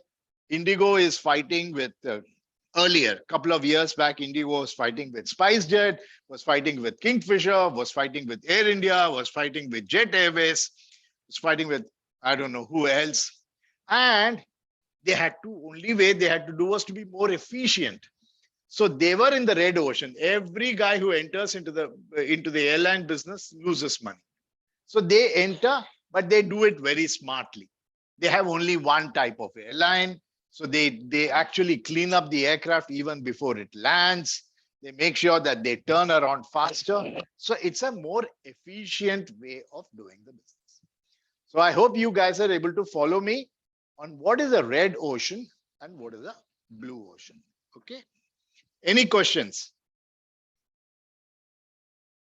Yeah, this is by these two guys, Sham, Kim, and Rainy Mogorne, whatever his name is.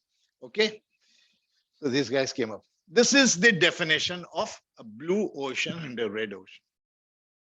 Create an uncontested market space. There's nobody to compete with you in that space. Compete in an existing market space. Pursue low-cost differentiation. The only reason why you can buy Tata Namak is because our Namak is 5 rupees cheaper than other guy. That's enough. One reason why people will buy my product is, after all, Namak is Namak, right? So I will buy it because it's cheaper. Now you say low cost or a differentiation. There is a differentiation in what I deliver. So make sure you guys have understood this. Normally at this time, I would give you a Google form to write something and give me your idea of a thing. Let me try this. Okay, you guys assemble back just 5 minutes and think of any product which is red ocean and which is a blue ocean. I think, yeah, just join up and give me, or write up on your own and give me an idea of, or as a group, no more than 5 minutes. Give me any company that you know which is in red ocean. You cannot give Geo because I've already done that. Okay.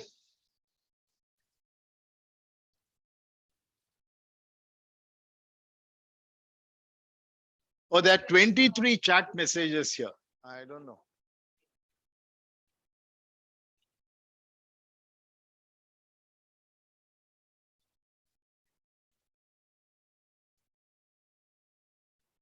Anish, good, well done. Ubaid, you attended half online and half here. Okay. Oh, you're nearby. Not bad. Okay, good. What? Because I keep giving dosa as an example all the time. Hopefully you'll take me out one day. Okay. Right? Example of red ocean. No thinking. Fat. Is a red ocean, blue ocean?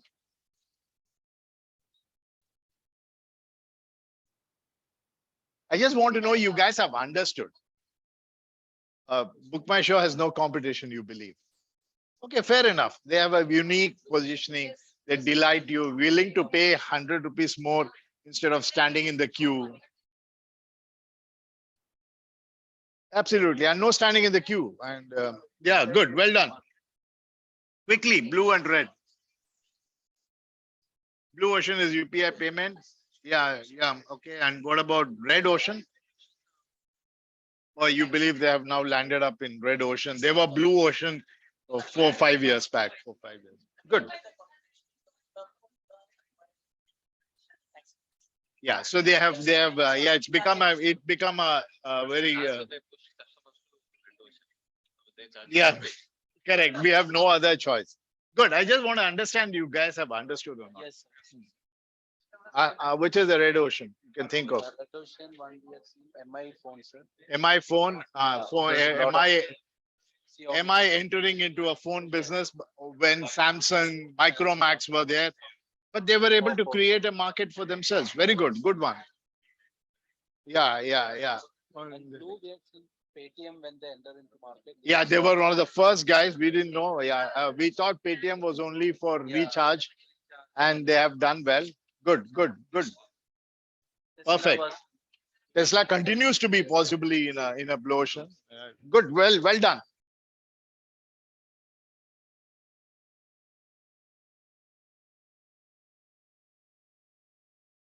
Yeah. Thinking of it? Hey, hi. Just give me 1 second.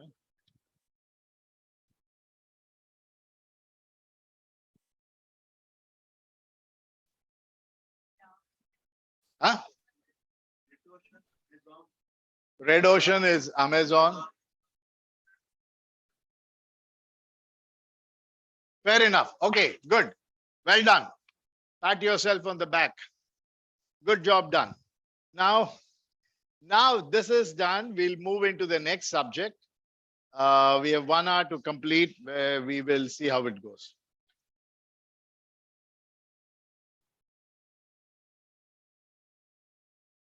I'm going to skip a couple of slides to go into this.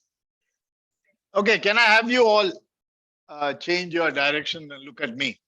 Okay, we're talking about 4 things, which is product, place, promotion, and price. We can only discuss that much on the product because the product varies from company to company through this. But we will generally talk about product and how to visualize product from a marketing perspective. Place and promotion, I'm going to talk about it very briefly. The reason is you will have your further semesters or further courses. We are talking about supply chain management and branding and all that. So those professors will take care of these 2 when you go to term 3 and subsequently. I will focus more on price because I've looked at us complete your MBA syllabus. There's not much of a discussion on price. And I don't want you guys to carry a thought that price is maybe the most useless or the most important, but price is equally important among the 4. So I'm going to talk a bit about this 3 for today. Price, I will talk for almost half an hour to 45 minutes in a subsequent class. So that is our agenda. Now a marketing mix. A marketing mix is like, mixing of a lot of things, believes that just because you have a great product will not work. Just because you have the best pricing, it will not work. You need to have all 4 ingredients in a right composition. You have to have great product available at the right position, conveying the perfect message to your customers, and then the customer seeing a value for it. What is price is value for the customer, is cost for the customer.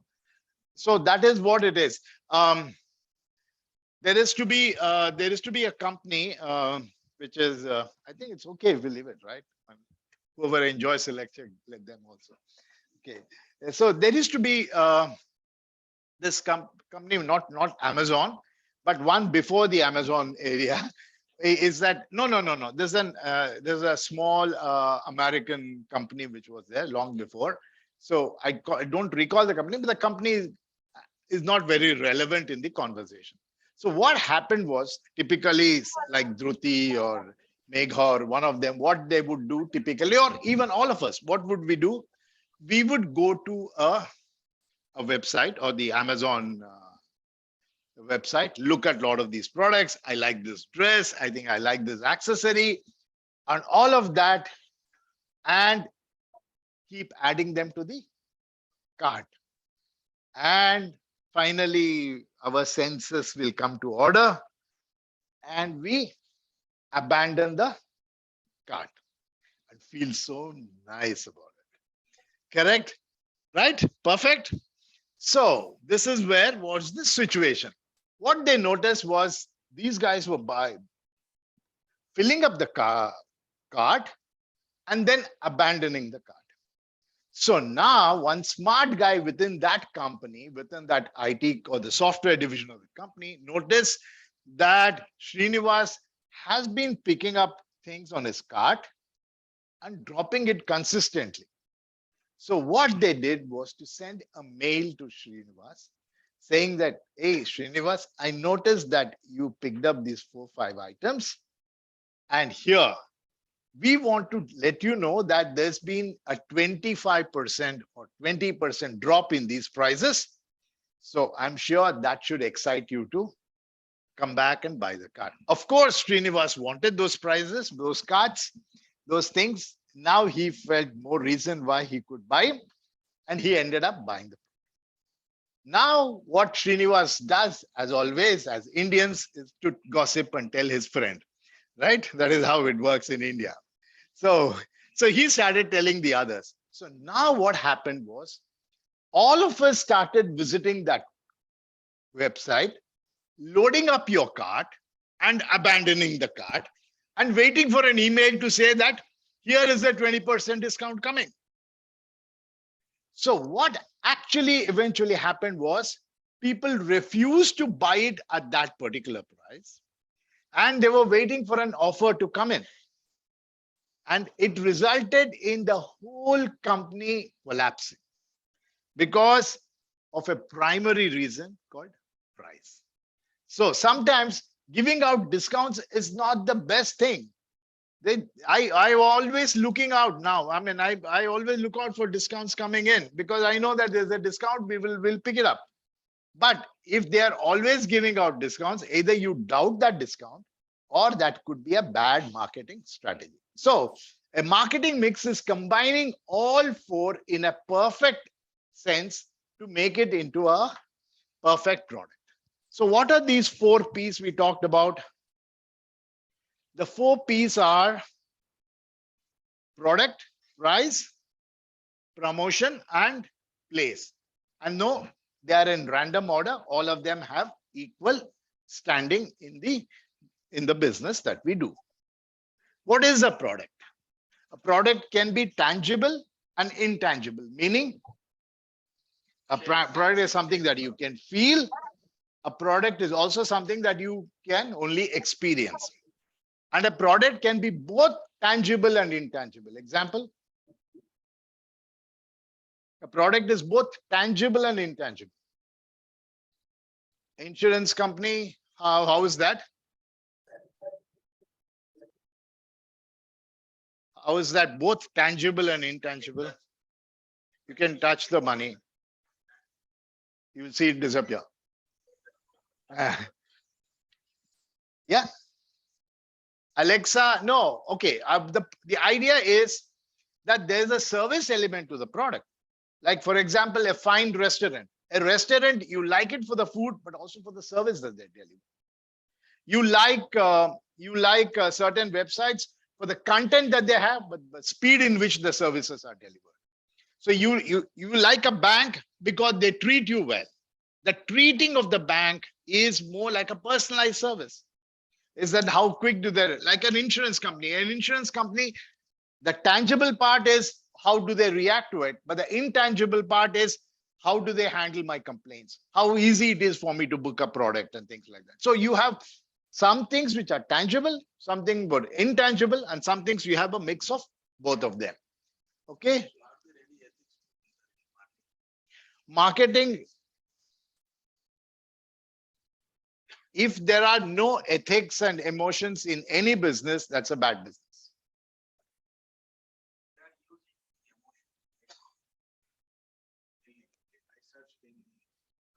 Website like Bangalore to Delhi. Slide prices there. I have to complete immediately. Then the price will stay. So you just wait for 5-10 and search it again. There will be variation. Everyone does. Hmm. They are using So where is the ethics in that business? Where is the emotion in that business? everyone does it. You will have particular setup. You know what? I believe I can. I believe this is what I should have made sure that you have understood before we move into class 2, because that's the assumption that we started off saying, that marketing is the act of duping a customer. Marketing is an act of taking the customer for a ride. But I guess I tried to move away from that thought process, that it's not true. You can, they're saying you can fool one person once, but you cannot keep fooling a person again and again. It is possible that I can take you for a ride once, but one must be an idiot if he gets taken away for a ride repeated number of times. So marketing is not. So now he's adding a third element to it. So let's look at it. Look at what Umaid said. Umaid said that it's a business where the customer has no control on the pricing. Correct, Umaid? And I told him that can only happen once. And now you are coming back and saying, what if it's a business of monopoly? Okay. So what I'm going to do is stop all of this and talk to you about what is known as Porter's 5 forces in my class 5. Okay.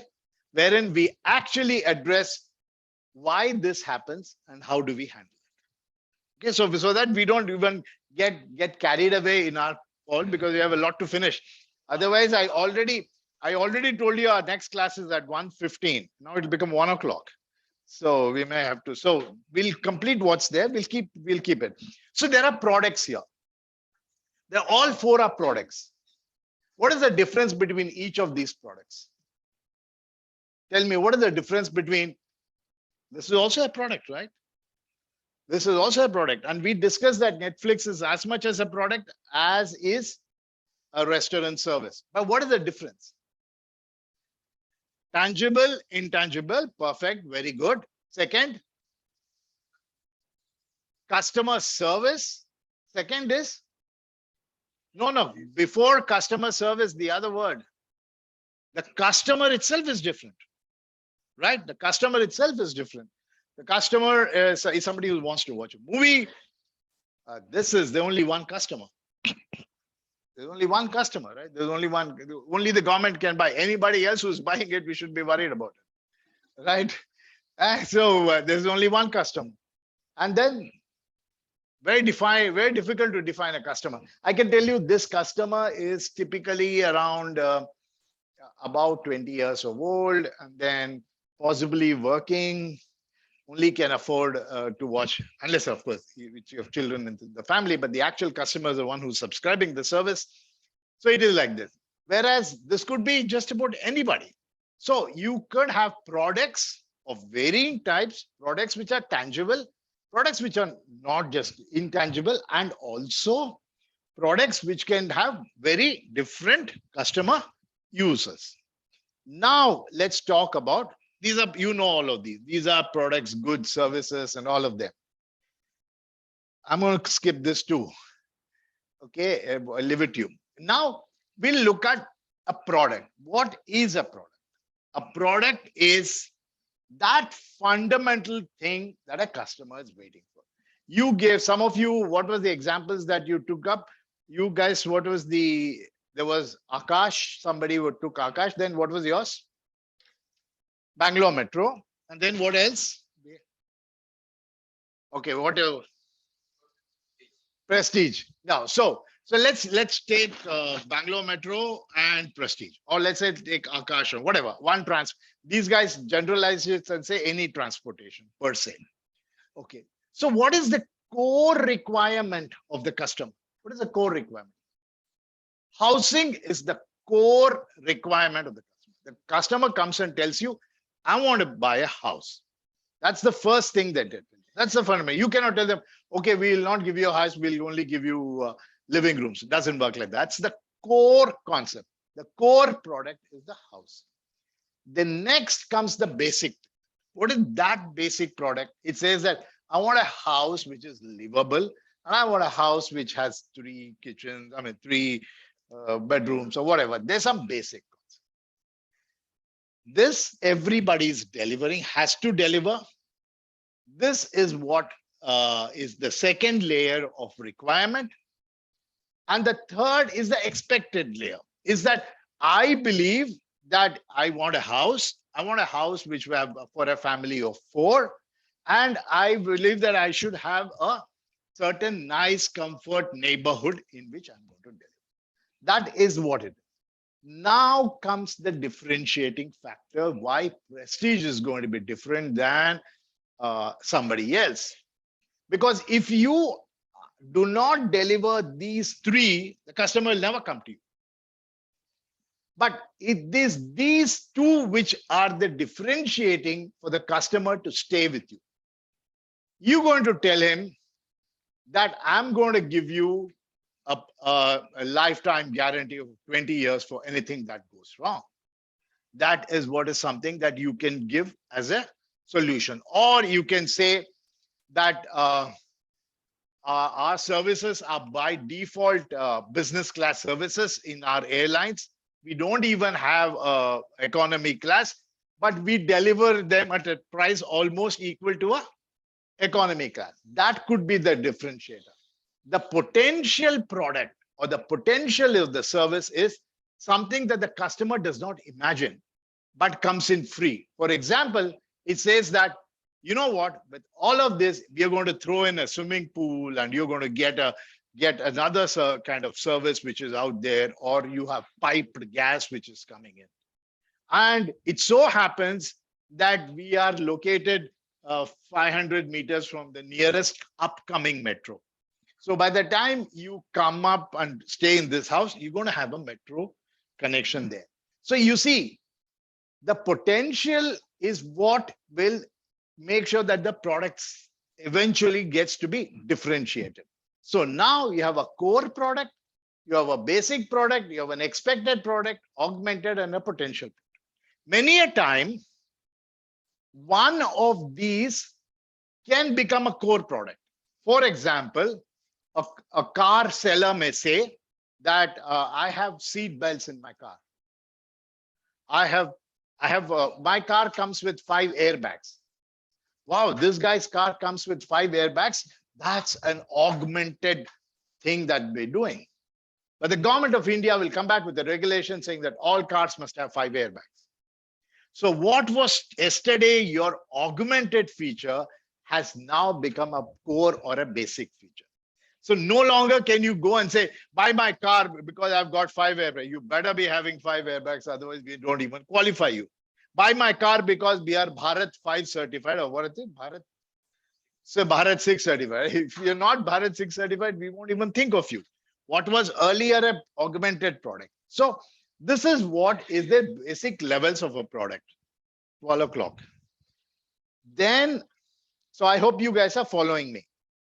I can go slow at any point of time, but if I get feeling that you guys have understood, we'll move forward. Okay, we talked about product life cycle in the first class, so I will not be talking about it. We talked in the very first class, and the diffusion of innovation, we talked about it. We'll talk about place, and probably we'll complete with place because it looks like the other class also I'm completed just on place and left it. So all of you will be the same page. So look at these 6. 1, 2, 3, 4, 5, 6. And I'll ask you a question. How many of such shops are there in Bangalore?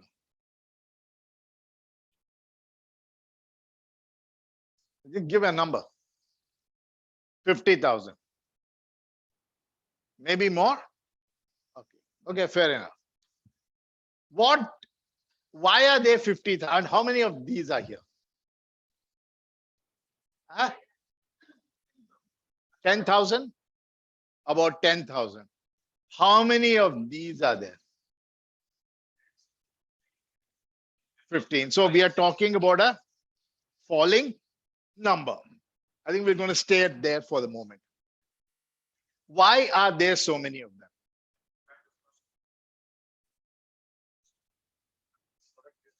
So what is the product that they are selling here? Basic needs of the thing. But why are there 50,000 of them and not 500? The cost of infrastructure, requirement, It is vertical within the location. reach What of else? customer, sir.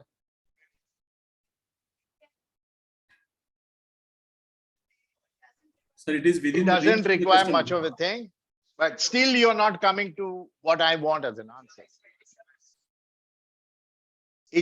It's even more deeper than what you say. Expand on your answer. Those are the basic needs of everyone. They're still not giving me the answer you want. So it is within reach to the customer. Within the reach of the customer, it's the closer this shop is to your house, you will buy it. It's very simple. So it is the one which is closest to the buyer. You think this is closest to the buyer and you care? No, you don't care because you're only going to visit it once in a year. Or, I mean, once in a year is too much. Yeah, once in 5 years, 7 years, or something like that. So this is what you're going to visit 5 times a day. Okay, 5 times a day. And so what is the only qualification of this shop is proximity to the user, and everybody wants to go and hug him. Mr. Britannia, Mr. Marico, Mr. Hindustan Liver, all of them want to Pan Parag, all of them want to go and hang around with him. And what is the qualification of this guy? He doesn't need any, because you don't expect anything from him. You as in the company which is there, you don't expect anything from him.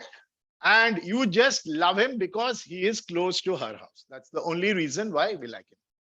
Right? And so that she can get the product that she wants. And if the brand that she wants is not there, she'll buy another brand. Simple as that. Okay, it could be that she might on a later day go somewhere else and buy another one. But for now, she'll just go buy whichever is the one. That's the only parameter, is closeness to the customer signifies why he is there. What about this shop? Why do the companies like him? Why do companies like Girias? Because he's close to the customer. He is in a relatively accessible range to the customer. And what else? What is his qualification? Is he illiterate like him? He's going to be slightly more qualified. What does he do? What does he, apart from offering location, what else does he do? Sir, he can give even best Educates service. the customer. Yeah, what was that, Mr. Online? Yeah, he can give the best service, sir. He gives the best services.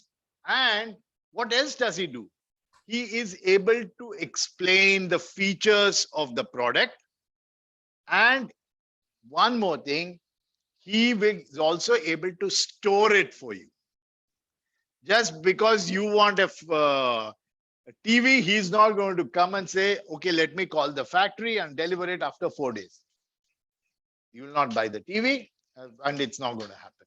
So he not only is reasonably approachable by the customer, he has a certain qualification because he has a certain amount of technical knowledge to be able to explain.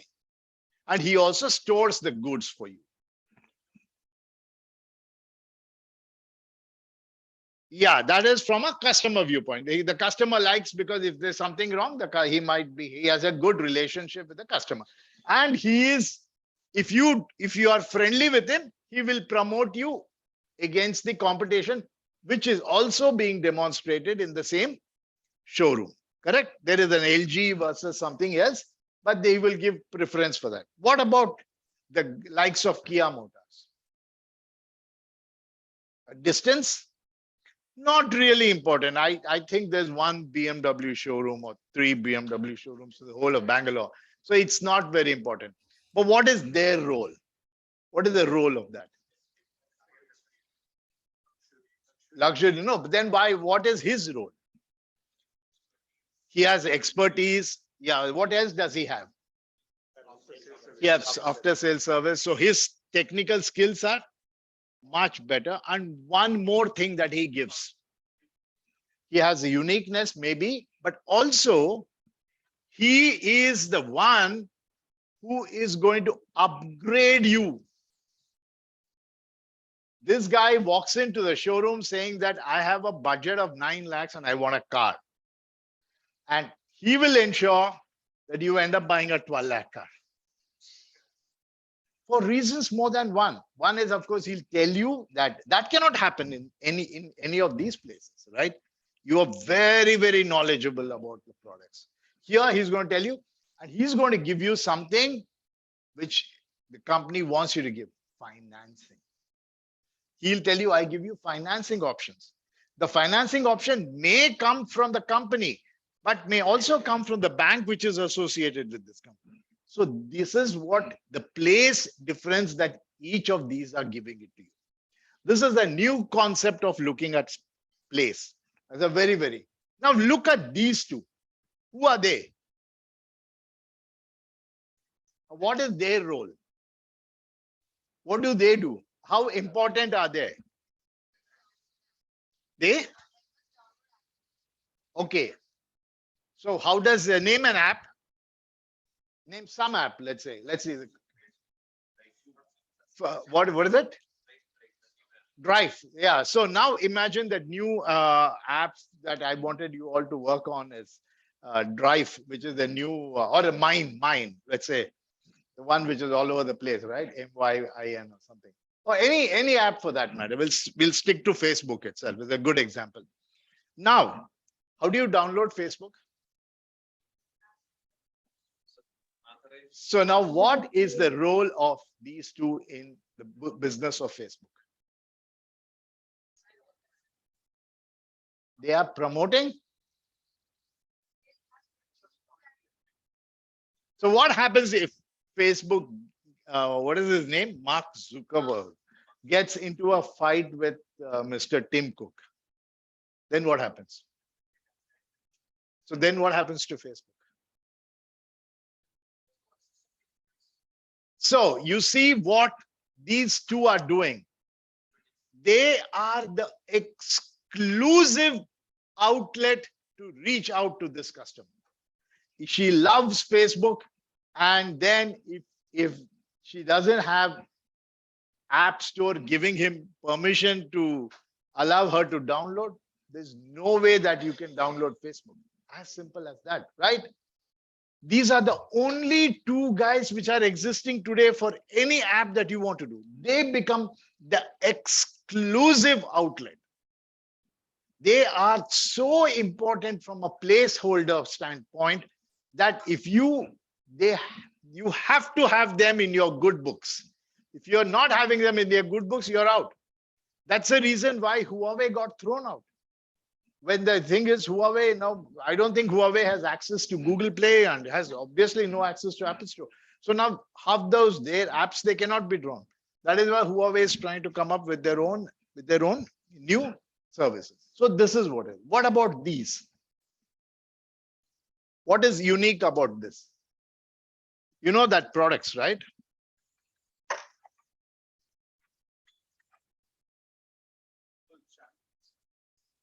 We are discussing place. We are discussing place. So tell me what about the place? Direct marketing, point number 1. Network marketing, point number 2. So where is it being marketed? Word of mouth, fair enough. Word of mouth? You sure it's word of mouth? It's the buyer who is the seller. It's the user who is the seller.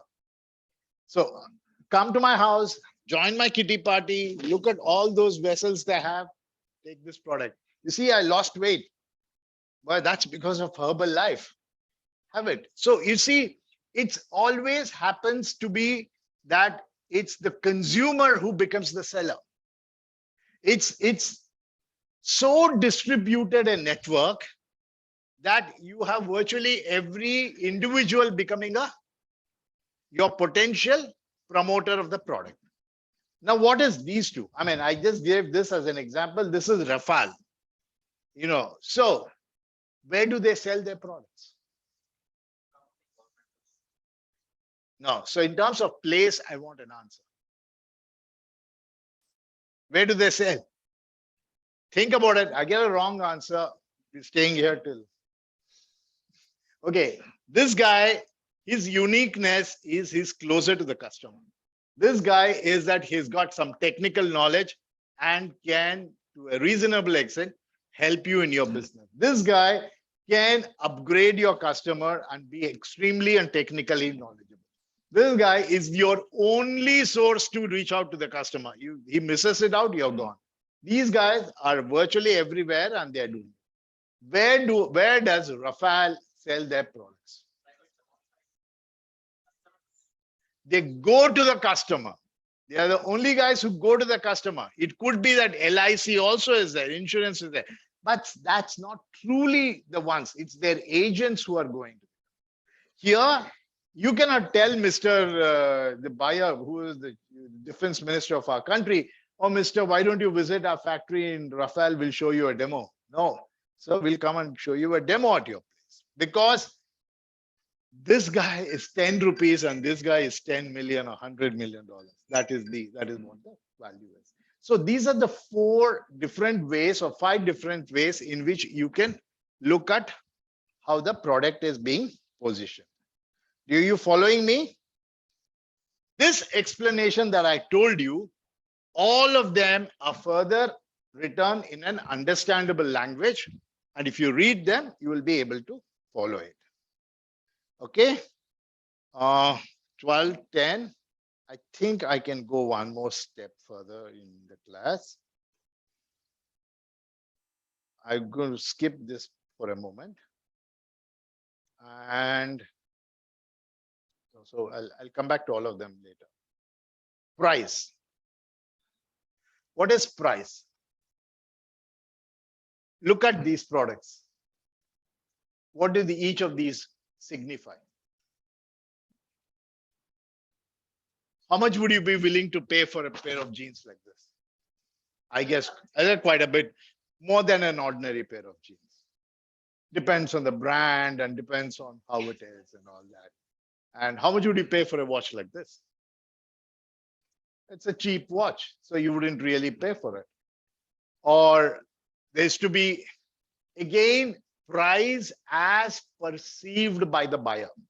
I do not know how many of you remember an ad in which there's this girl who goes and buys this pair of jeans and leaves them on the table, goes to have a hurried bath.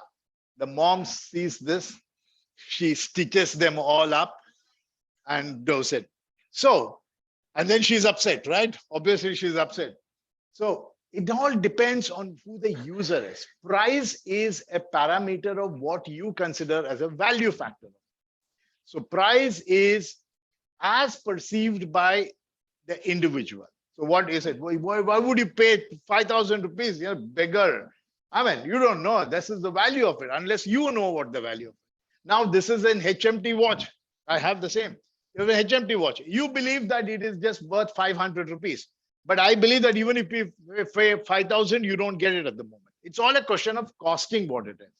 And this is, I'm trying to explain it in a very tough way, is that this is a set of young friends gathering up, and most of them missing office to gather up. But they believe that it's worth bunking office or bunking college because I define this as a more important, more priceful gathering. So price again is depend on who is buying the product and who defines what the product is. I'm going to wind it up with one thought so that all section A and B are on the same page, is that there used to be a movie called Diwar. I don't know how many of you have seen this movie. It has Amitabh Bachchan in that movie. How many of you have seen that? I think you guys may not have too old a movie for you, but these were all fans of Amitabh. We would have seen it 100 times. So in this movie, what happens is Amitabh Bachchan is a story of rags to riches, and he goes and tries to buy a building complex. He tries to buy a building complex. So this is a movie 30 years back or 40 years back. So he buys the complex, and the seller says 50 lakhs. And Amitabh Bachchan doesn't even hesitate. He writes a check for 50 lakhs and then gives it to him. After the deal is done, the seller says, "Aapko dhanda karna nahi aata hai." He tells Amitabh Bachchan. So Amitabh Bachchan said, "Why do you say so?" He said, "You did not even negotiate. Had you asked me for 40 lakhs, I would have given it to you at 40 lakhs. For which Amitabh Bachchan says, "Aapko dhanda karna nahi aata hai. Aap agar 1 crore pushte to bhi I will be willing to give." Then he says, "Why?" He says, "My mother worked as a coolie in this thing, and I have a lot of emotional attachment to it." So you see, pricing as such is always a parameter in which it has to be visualized from who the buyer is and how you are willing to pay. You're willing to pay. I mean, there was a time. Now go ask what is the cost of one bottle of oxygen cylinder? How much is the cost of it? It could be 250 rupees. But there were people who are willing to give a kidney and a liver at the first pandemic wave, that they were running out of oxygen cylinders. So it's all, price is always a parameter of importance. I'm going to leave it at this. We'll come back to the next class. And I think in both your cases, I would like to start 15 minutes a little more earlier, because technically I'm supposed to finish this entire class by the way it's going. Okay. We have another 10 minutes. Okay. Maybe I'll do this part of it. Yeah, I'll do this. Price again is based on, you guys were about to get up, huh? Okay. I don't mind another, we'll complete this. Price again is dependent on how you visualize it. Look at this. The price of an economic class ticket is 15,000 rupees. The price of a business class ticket is 21,000 rupees.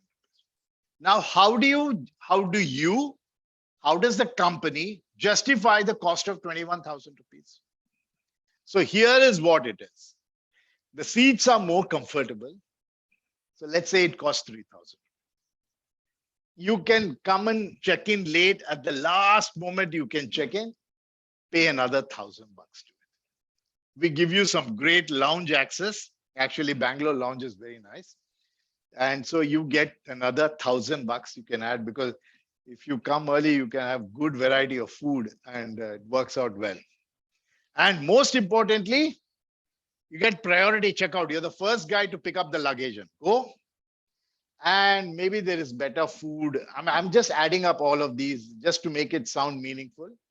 And if your friend sees you in business class, that itself is a lot of brownie points to get for, right? And Megha saw me sitting in business class. Wow, man, this is it. And then I obviously accumulate miles, which is the miles that I've traveled. So all of that calculates to be 8,500 rupees. So now 8,500 rupees plus 15,000 rupees is 23,500 rupees. And the business class is available for 21. So it's a deal for you. So it's all about how the company presents, why business class makes sense, and how you will have to visualize it. So we'll look at this another thought factor, which is called elements of value-based pricing. What is the value that the customer expects? This is the value, and this is the price that the customer gets. So he's extremely happy that the price is actually cheaper than how he visualized. So I'll stop at this. We'll come back and do lots of other things. We will do this. then we'll do Gardner's magic quadrant. Is another topic that we will talk. Okay. Yeah. Can you explain? Assignment.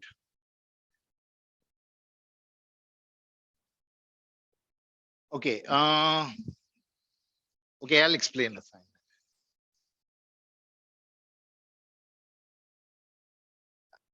Give me 1 minute and I'll explain. And I think good that you asked. Have you read through the assignment? It's not very easy to understand. Perfect. Good. Well said. Let me find out where's your assignment. And then I will. It's good that you brought it up because I also wanted to begin today's class with that.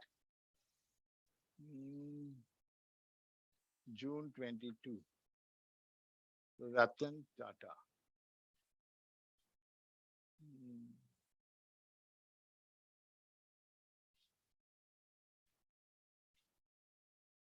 Download. Huh?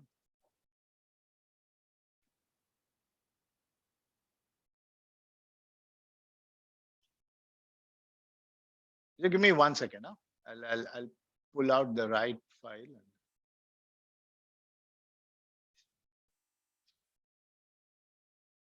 I know exactly what to tell you. So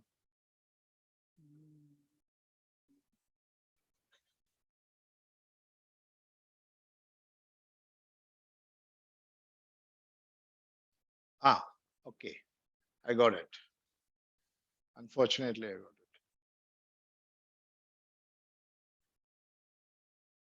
New share.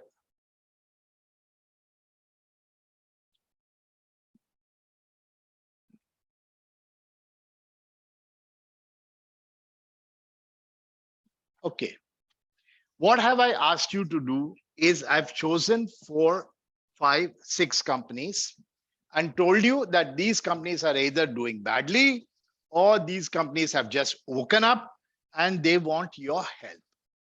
So what I want you to do is use what all I have taught you so far, which is vision, mission, the 4 Ps, the SWOT analysis, the VRIO analysis. Then I'll also teach you Gardner's magic quadrant.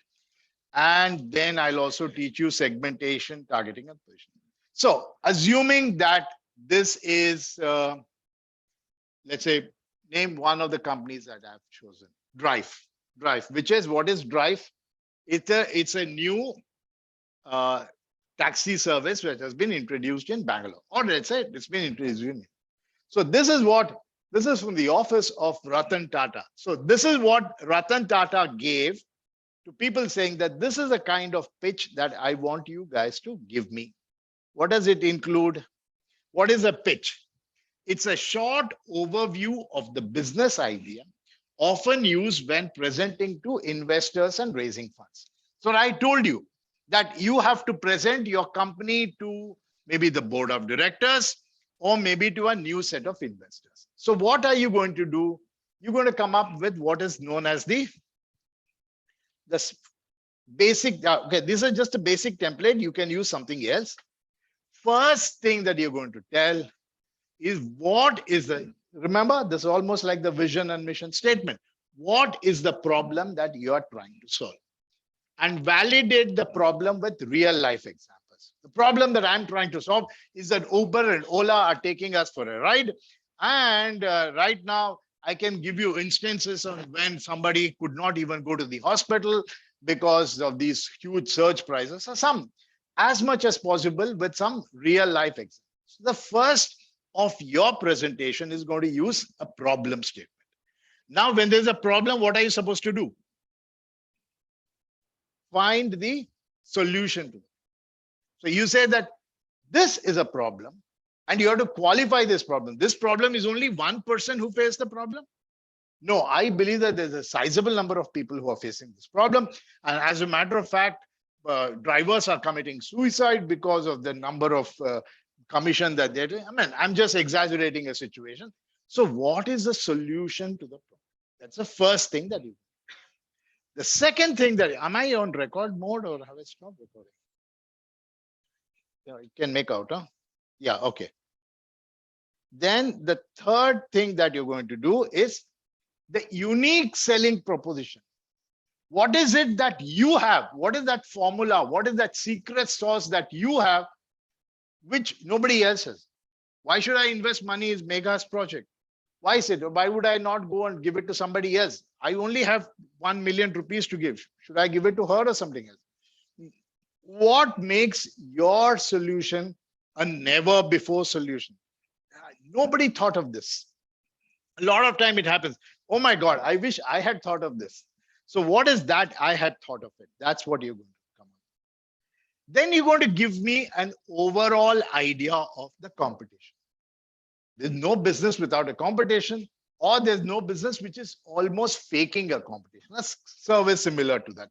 Alexa also had competition in form of YouTube. You could run a YouTube music, and then you can have songs running if you knew your own playlist and all that. So how does the current solution compare with yourself? How easy is it to replicate? What are we talking about? VRIO, right? Imitability. And what category of competitors do you belong to? Are you competing with auto rickshaws? Are you competing with BTS buses or whatever those buses is in your service? No, those are they themselves. We are not, I'm not going to, the Ola service is not designed to make every person move from BMTC to the service. No, you have a specific market. You're the rich, pampered guys who don't want to go standing in buses, correct? Who are willing to pay an arm and a leg for going in air-conditioned comfort. So that is the category.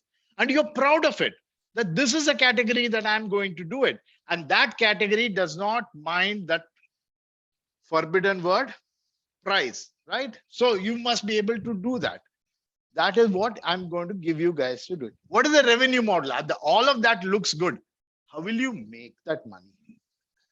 How will they make that money over a 3-year, 5-year projection? Now, this is where I want you to, and most of it is imaginary for you, because you don't really have a model, right? I mean, you really have, first, you don't have a model. It was not an idea you thought about, and you've only got 6 hours or 7 hours of working hours on it. So start visualizing something, that how will I make it? I'm going to, only people who are subscribed to my service will get it, or if people who pay more. Just give some idea on how much it look like. Then what is the target market? Who's the target market? I'm only going to go after certain age of people. Actually, this new model that I have come up with, taxis, I'm going to look at only moms dropping their children to school. Fair enough. That might be the exclusive model that you may want to do it. And what kind of purchase habits? We'll talk about it. We'll talk all about this in other class. What is the typical characteristics? Imagine what is that? What is that product called? Sugar. That's the new cosmetic. So when you imagine a customer for sugar, how old do you think she is? You think she's 60 plus?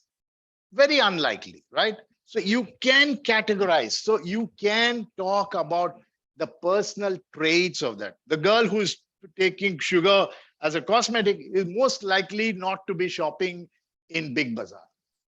I guess it doesn't go well with it, right?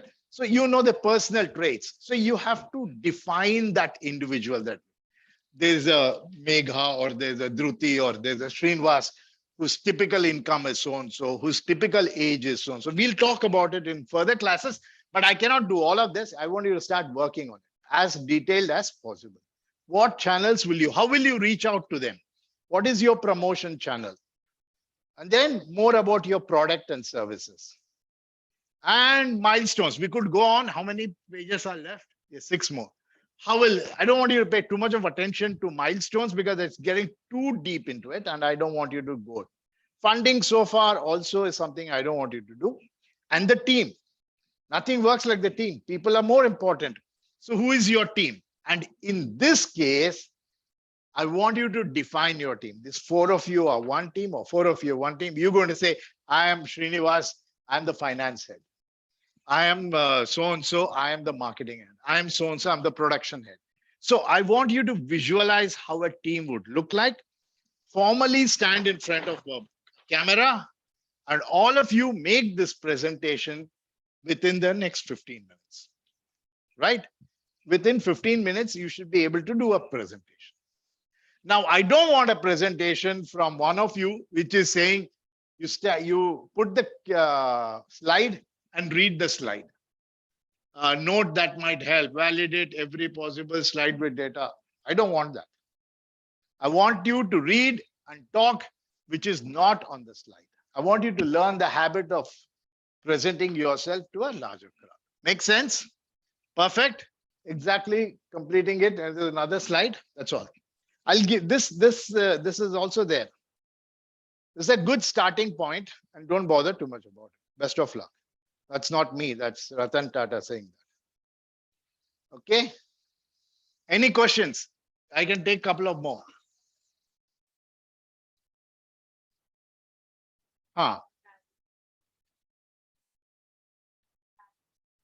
Absolutely. Yeah, I know this existing model. There's so many people already in this thing. Barrier to entry. There is a barrier to entry. Okay.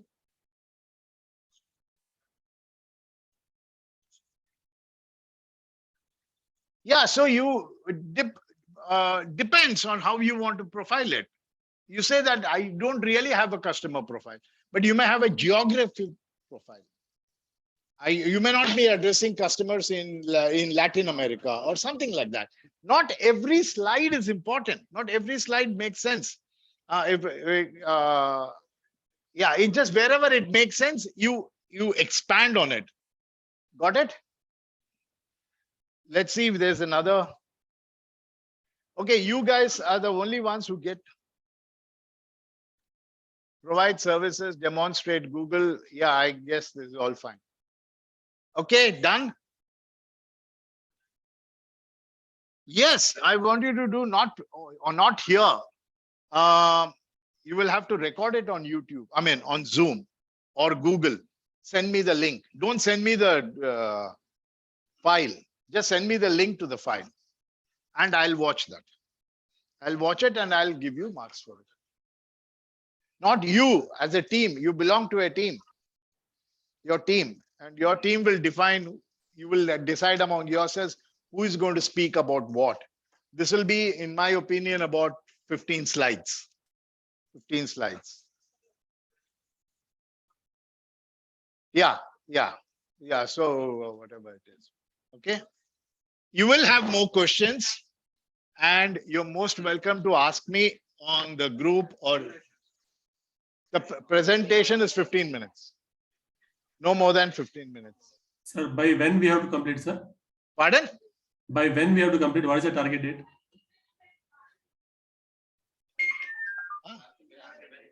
August 7th, I think.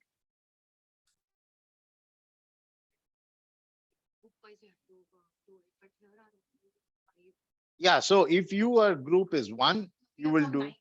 So no, hang on. If your group is 1, you will take this. If your group 5, you'll take this. Group 6 will take this. And there is one more in the assignment. 2 assignments. Because the second assignment is one case study that I want you to study and give me an answer. There, Control C, we not allowed. Okay, I want to read a case study, because it's all about reading a case study and analyzing, and then give me an answer. No. The presentation is by the group. There's one more case study that all of you have to read and give me separately. It's getting tighter and tighter by assignment, by term. Yeah. Sir, that is an individual assignment. Yeah. Go ahead. Online. What was that? Sir, is this an individual assignment to study this case study? No, I couldn't hear you. Can anyone help? Is this an individual assignment?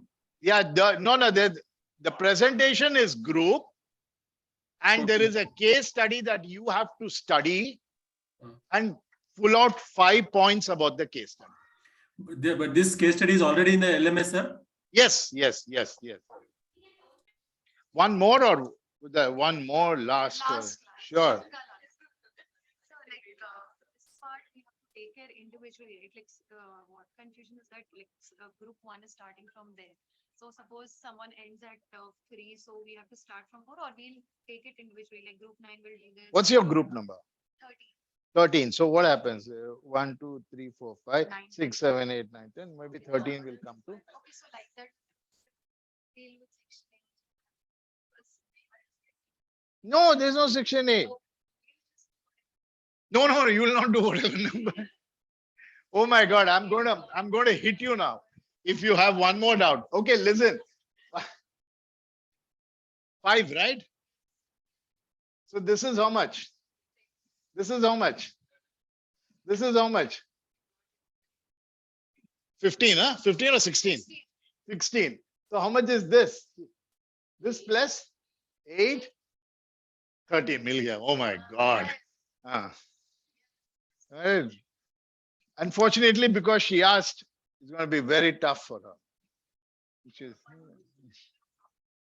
okay. What is it? What do you have? Number 13 is what? WhatsApp. Cool. Yeah, something you would do all day.